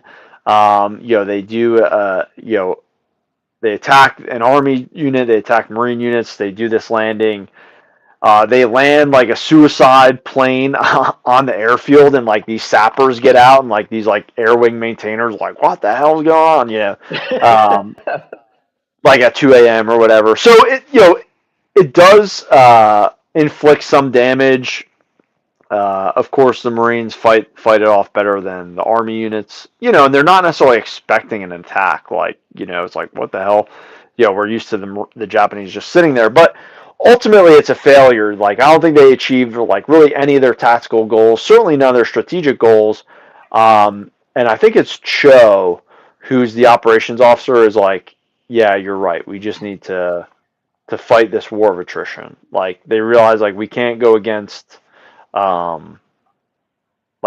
we can't win this. We can just, where it's a tactical defeat no matter what. We can just try and make it a strategic defeat by taking so much time and lives, and B, every day the Japanese resist on Okinawa is another day that Navy, like U.S. ships, are getting hit by kamikazes. So the rate of casualties among like especially like the destroyers and the destroyer escorts that are on picket duty. So like there's a ring of radar equipped destroyers around Okinawa that can warn the fleet of incoming kamikaze attacks from the mainland.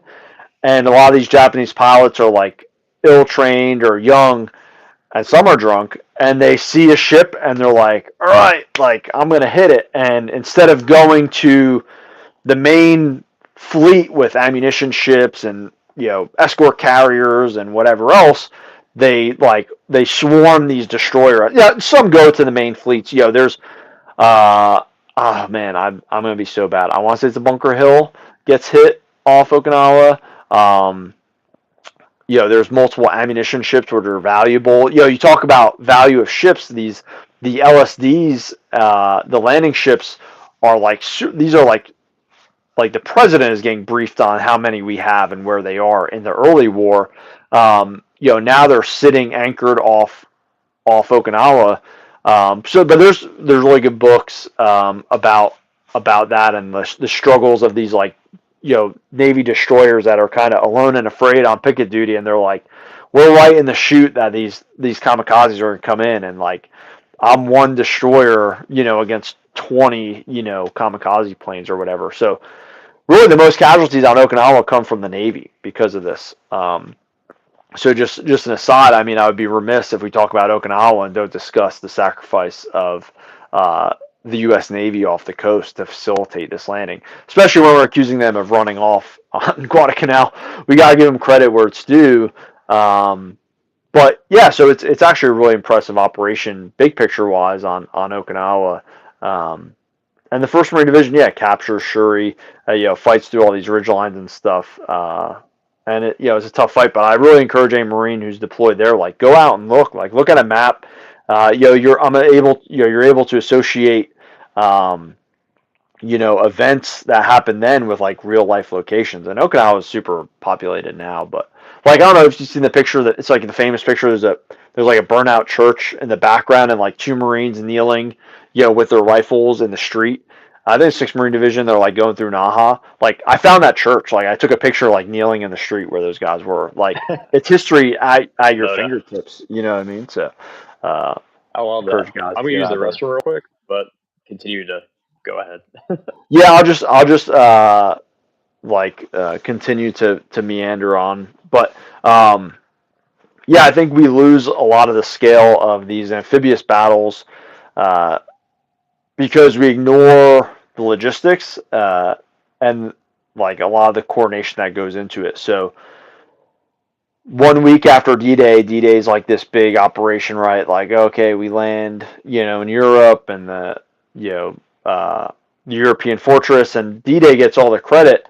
Saipan, which occurred a week later, in my mind, is far more impressive. Maybe the numbers of riflemen landing is lower, but instead of and this not to disparage Normandy, but just to give it a sense of the scale. So Normandy, we crossed the English Channel. We had air bases in England. We have total air superiority. Saipan, we're launching from Hawaii, which is over 3,000 miles away. It's like launching an air assault on LA from Bangor, Maine. So we're launching an entire amphibious fleet.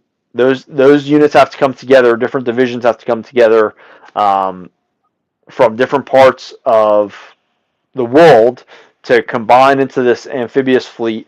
We need to get offshore, conduct a pre-bombardment landing, maintaining enough ammunition for follow-on support, land troops, providing our own organic air support from carriers, which carrier operations are a whole new level of challenge, of course. Not only are we launching carrier operations to support the landings, but we need to conduct combat air patrols and naval patrols with these aircraft. We have submarines on picket duty, we have destroyers on anti-sub duty, and now the Japanese are launching, a surface fleet to intercept our landing fleet. So we're landing troops ashore, keeping forces there to protect that landing fleet while also parrying, a Japanese naval task force with carriers and battleships as well. So a lot of the scale of these battles gets lost, and I think we'd be remiss, if we didn't kind of discuss that. So. Absolutely, and the what was it? The motto is sunk off the because it's trying to go to Okinawa and beach itself and all that. Ask me had a comment that wish I had taken the time to do a battle study while I was at Schwab, aka Man Camp. I went to the museum too young, too busy. Yeah, I went to Okinawa as my last deployment, which I didn't want to go on, but it was a 5-year contract, didn't have a choice, and I didn't get to appreciate Schwab. If I'd gone to Okinawa with not so bitter, I probably would have enjoyed it a little bit more. Dude, the museum on Schwab is unreal. That guy's a lot of stuff. The battle site tour is cool. I think do like Kakazu Ridge and stuff, but there's so much more that you don't see, like Shuri Castle. I went to the landing beaches, or just like a normal beach, and I went on April 1st. So like I went the day of like the 59th anniversary of the landings. I was on the beach that I was like on Orange 2 that 3-5 landed on. Like that's cool. You can't really do that. Like it's. Peleliu's tough to get to. Iwo Jima is like, I have my own gripes about who they let go or sent to Iwo Jima, but that's besides the point. But like that is kind of political to get to sometimes.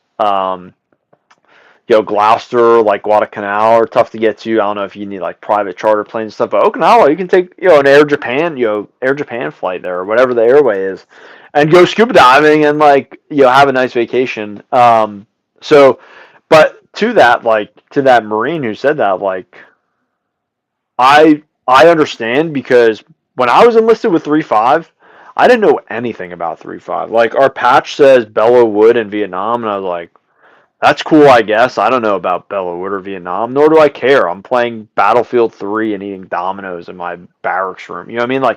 And back then, we didn't have a Fourragère ceremony. Like I had to go buy mine from the PX, and then my senior like hazed me because I didn't twist it 3 times in the front, 5 times in the back. I'm like, I don't know why did we do that or anything. So I think they're better with that now. I see them get formations in their alphas, and they actually issue it and read the citation, so that's good.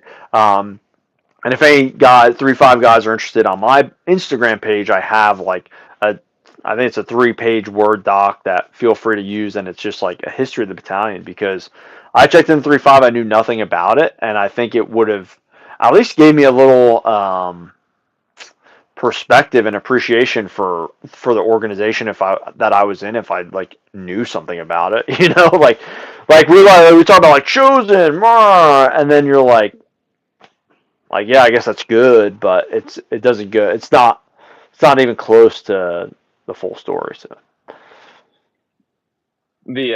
so I guess because there's so much I want to rant on right now, but I want to. So the evolution of the battalion, it closes out. Do we know how many guys are with 3.5 at the end of Okinawa, or I guess at Okinawa? Like that had been in Guadalcanal is what I'm trying to say. That had been there probably wouldn't have been much, if any, because they wrote the Guadalcanal guys would have rotated back after Peleliu.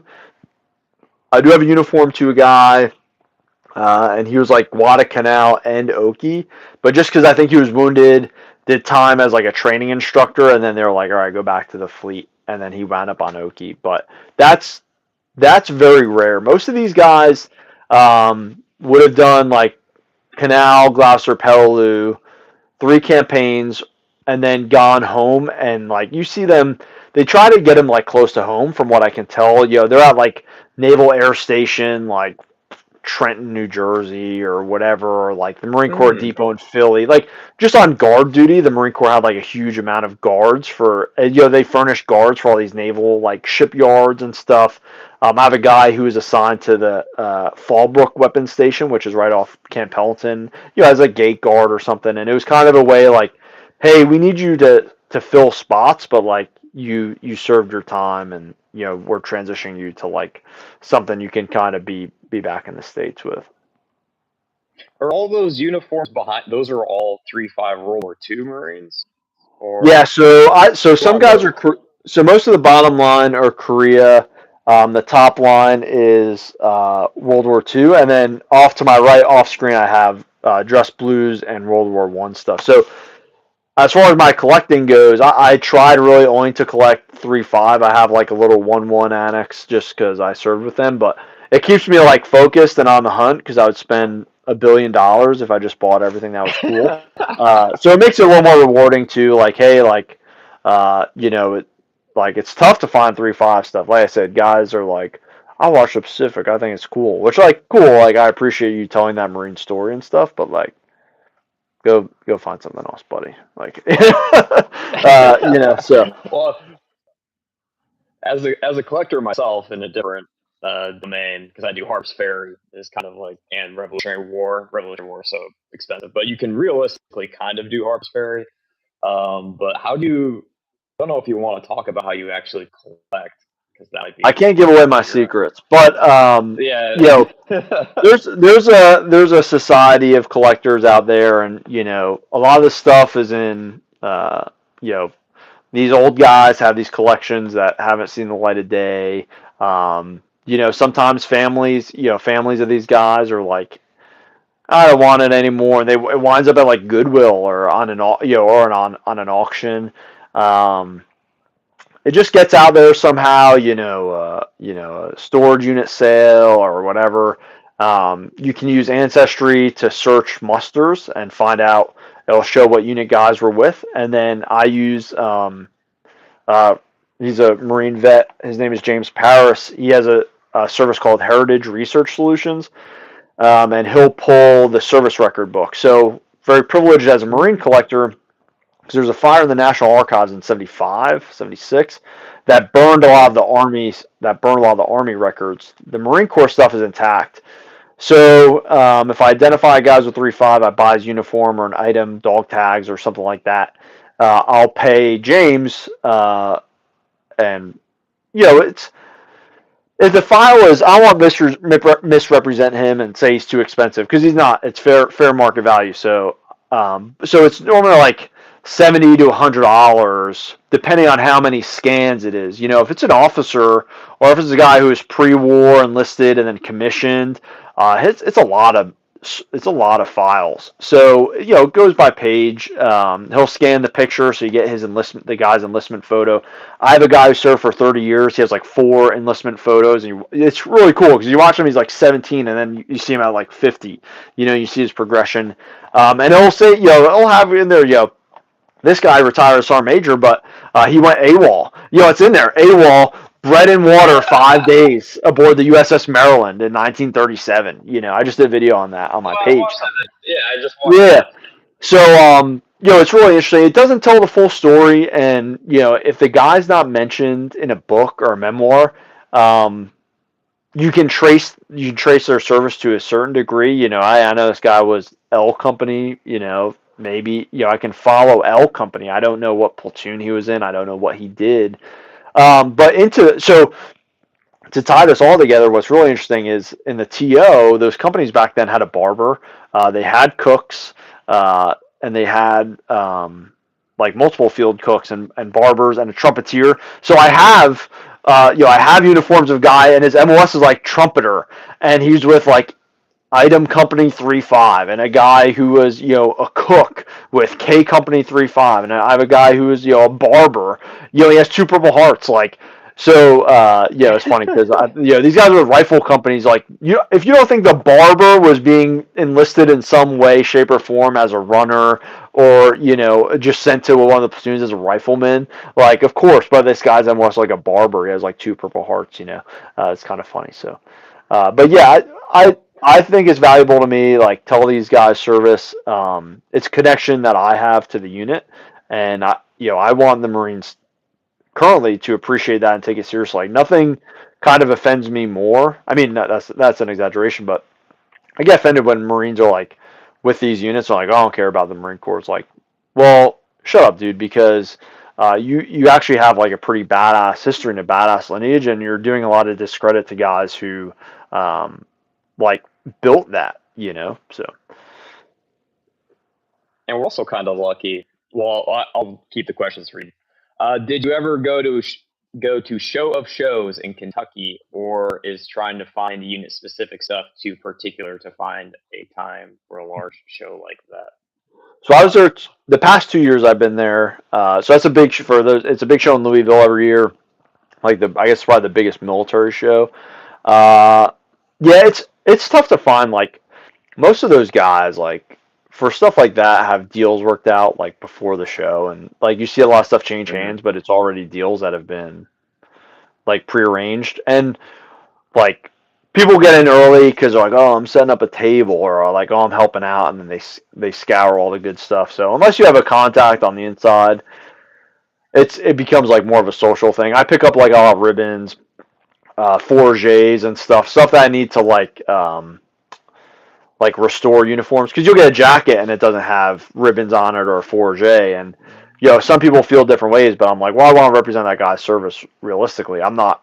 Yeah. I want to misrepresent or like fake it, but he would have had ribbons. He would have had a fourgé, and it makes it look way cooler. So that's what shows is good for. I'll probably be there again this year. I always have a 3-5 or a 1-1 hoodie on, so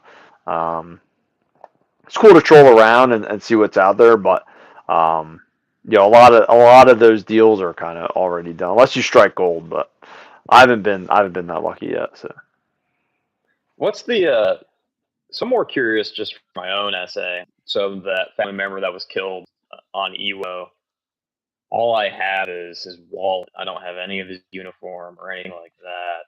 So when a Marine was killed, they have his he probably has a service uniform, stuff left on the ship in like a sea bag, I would assume. And yeah, I think that stuff would have been sent home. I know like blues were private purchase, and I've seen blues with. So I have a uniform to an Item 3-5 guy. He was killed, and then there's 2 names in there. One is a Marine who was killed, and one is another guy from his unit. And I assume he wore that home, or who knows? I guess that's kind of an interesting family story to ask of like, where did that go? And a lot of people like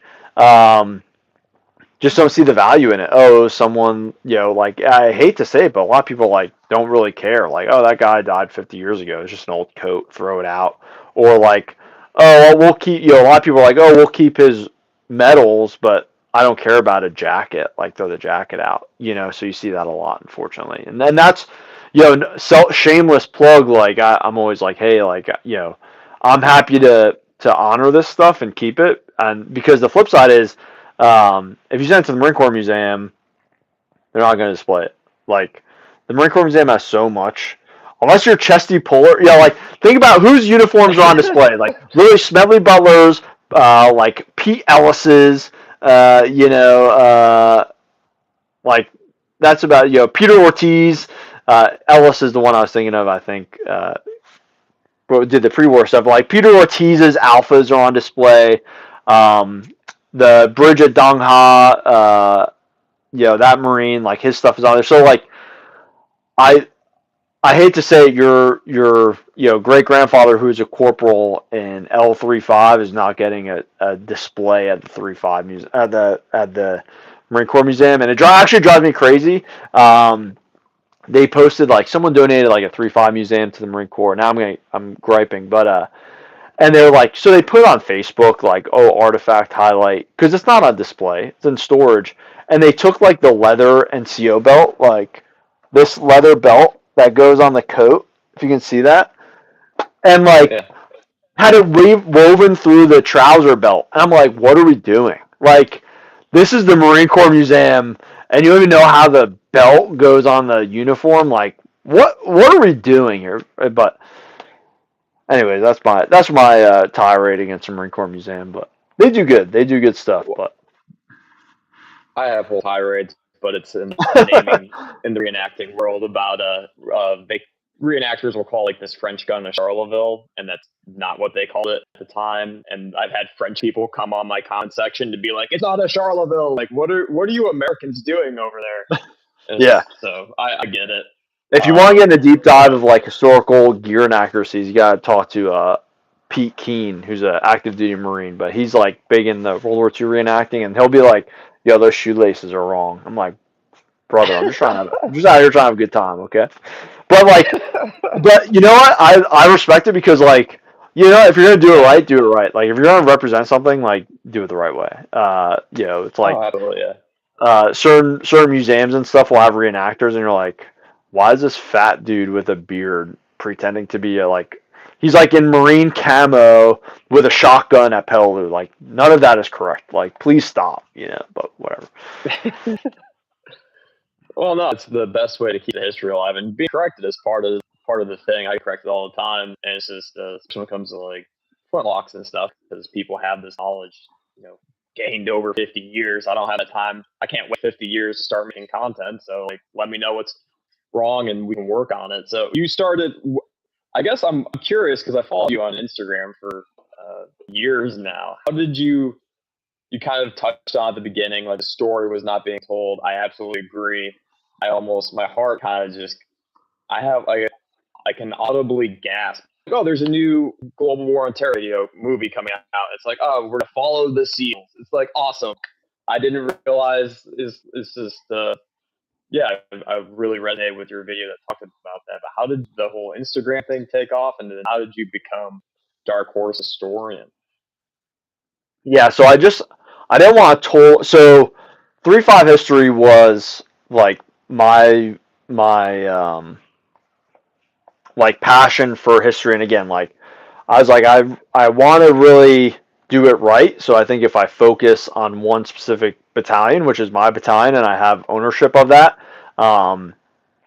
that keeps it focused. It is a little bit of a challenge because, I've put myself in a box per se, but it's the one thing, I feel ownership, right? Like, so that's why, the 3.5 specific thing, and it's worked out because I've started collecting 3.5. So now, like, all the stuff I show and share is related to that. And of course, everyone that follows me isn't 3.5, veteran or whatever. But I think gotten a pretty impressive reach for just having one battalion's focus. I wish every battalion had someone like that. There was kind of a wave when I started. There were these battalions popping up, but it takes time and it takes effort, and people kind of fell off. And then DarkHorse Historian, like I didn't want to totally box myself in the same way I did on Instagram, so I wanted to leave myself a little maneuver room. DarkHorse, of course, is like our call sign, so I can parlay it to that. But like I just did a series on the Chosen Reservoir, and I was like, okay, well, maybe if I want to talk about some generic military stuff, that's not necessarily 3.5 related, I don't want to be like inauthentic with that, I guess. And the Marine Corps was pretty good about it. Like Sergeant Major Ruiz was had a couple of us out. Like they did like a social media when General Bellin was the Mar4 Res CEO. They did like a social media symposium. It was like myself, Killzone, Blakewater, Cognitive Raider was invited, Goons Up. But it's again, I'm gonna delve into gripe. It's been a little frustrating with like the way social media in the military has gone, and it sometimes seems to reward people who are out for their own benefit, but that's just the nature of the beast, I guess. And I'm just going to continue to do what I want to do regardless. And hopefully one day, Big Marine Corps will invite me on board or something, or give me a little support, I think it's so easy. I'm like, hey, you have a currently serving Marine reservist. Like, how about, like, it'll be awesome. Like, I'm going to like, sound like complaining, and begging, but like, why don't we send this guy to Peleliu and do a video? Like that would probably be cool, or Iwo Jima and stuff. And it's like, you see people get these flights, to Iwo Jima and all this stuff, and you're like, oh, okay, well, that'd be nice, but whatever, So that's not why I do it, Yeah, but it's like it's a little frustrating, but whatever. So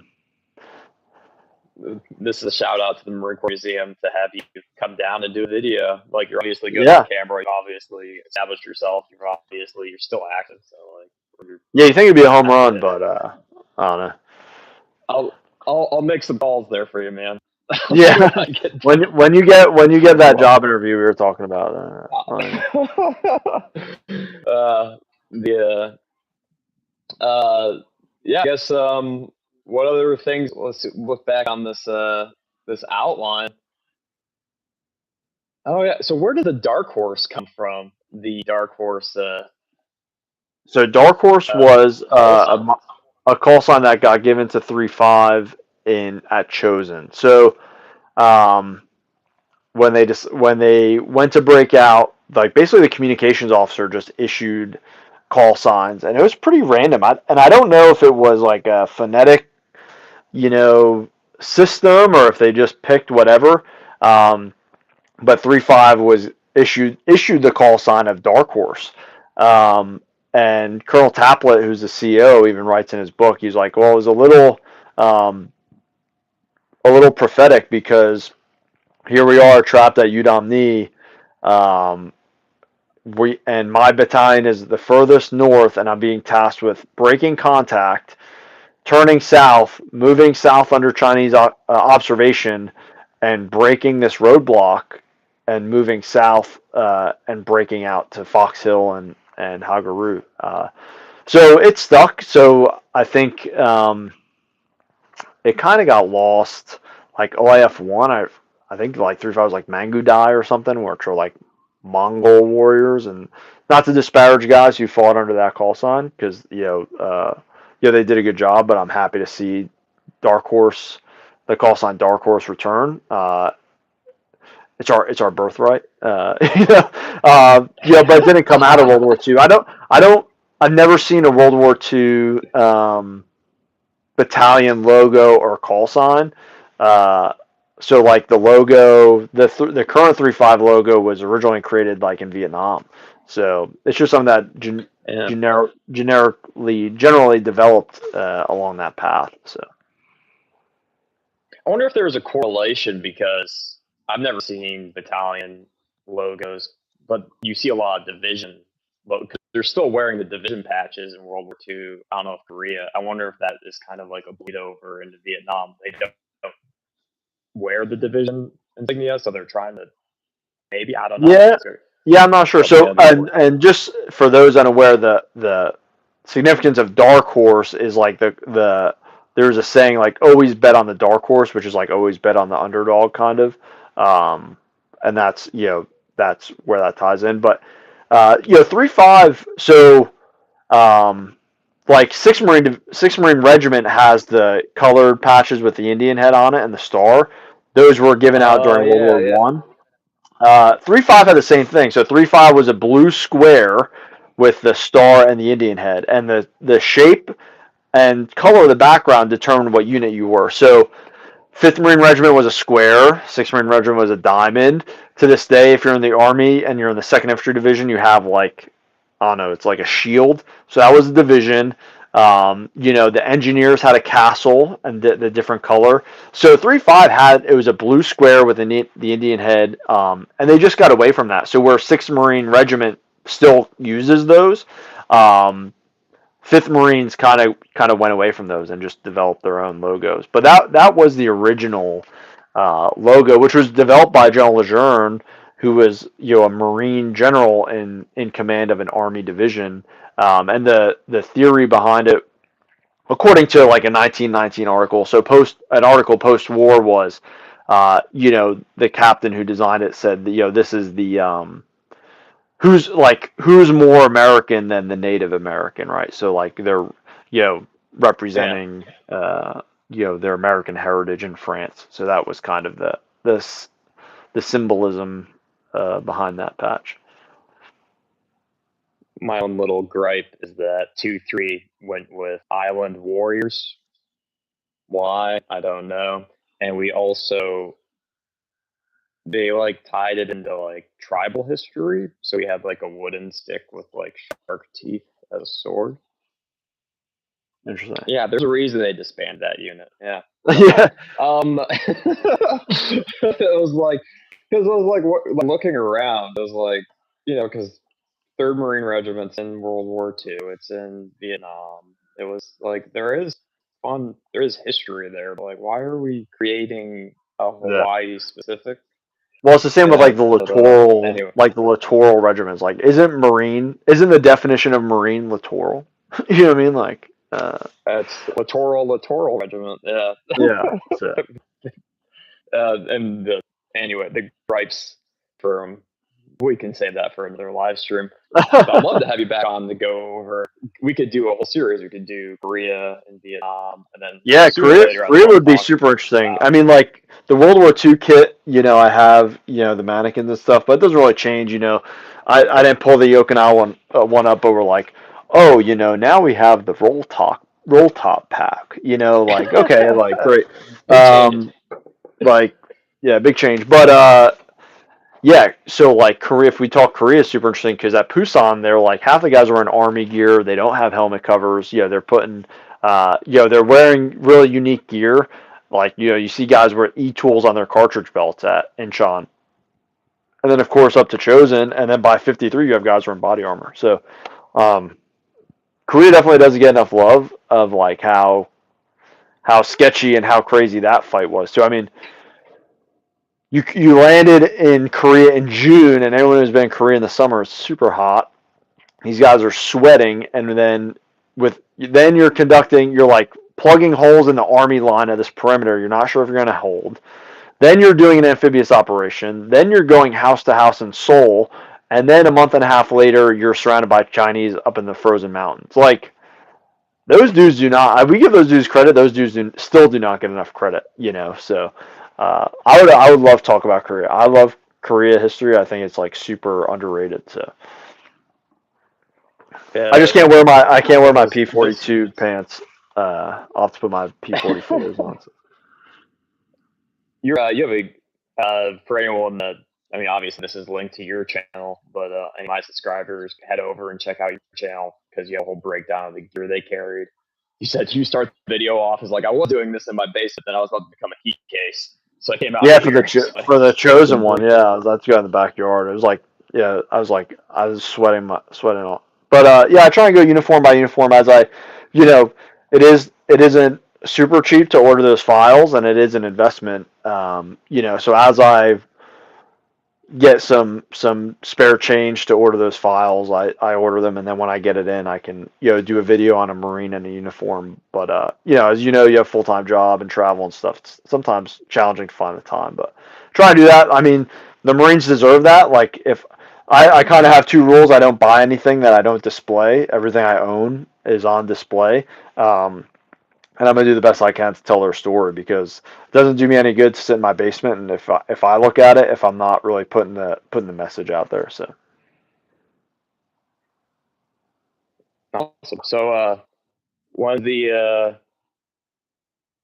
the next thing you got coming up? And then I'll let you basically just close it out, your final thoughts, and good 2 hours in. So, if you want just like a quick summary of just however you want to close it out, man. Oh no, yeah. So just looking forward, continuing uniform videos. I'm going to the 3-5 Vietnam reunion next week. I love doing that. The interviews I post on my channel, that's mostly where I get to touch those guys and interact with them, and that's amazing too. Like, those are our guys. Like, and sadly the Vietnam generation is passing away, so it's worth it to me. Drive. It's like a 10-hour drive for me, a couple nights in a hotel, but whatever. Like, documenting those stories and talking to those guys is unreal. So I don't care if you subscribe to my channel, whatever, but please go look at those interviews and videos, because like, those guys are our heritage, and the Vietnam guys definitely don't get enough credit. So, but yeah, I mean, this is the legacy of the Marine Corps. Like, for the currently serving Marines out there, take note. Like, this is the legacy you've inherited. Don't tarnish the uniform, because you rent it, you don't own it, and just because you've earned an Eagle Globe and Anchor doesn't mean you get to disparage that, because it's a legacy of a lot of guys who did a lot of bad stuff to survive. So Awesome. Well, thank you so much for coming on, and yeah, now let's see if I can actually. Hopefully you can end it. Otherwise, I'm gonna sit here staring awkwardly at the. And now not to spend $400 on your streaming service. So it's available the whole time. So again, could do this the whole time. StreamYard was not letting me on, so that was annoying. But I guess we can always do it through YouTube. Thanks for watching that. Everyone that hopped on, someone made the comment. Somebody in HQ had to get a Legion of Merit to change to the battalion names and all the logos. You're probably not wrong. I as an officer, I'll victim. Yeah, that's probably right. But and I do have to say, as an artillery officer, I do hate we missed our timeline. That's it's not good for me, but it is what it is. I apologize. All right, we'll see if this works, but if it doesn't, we'll be together. If not, thanks for watching. Until next one, guys, take care. Your stream will stop immediately, and the guests will no longer be live.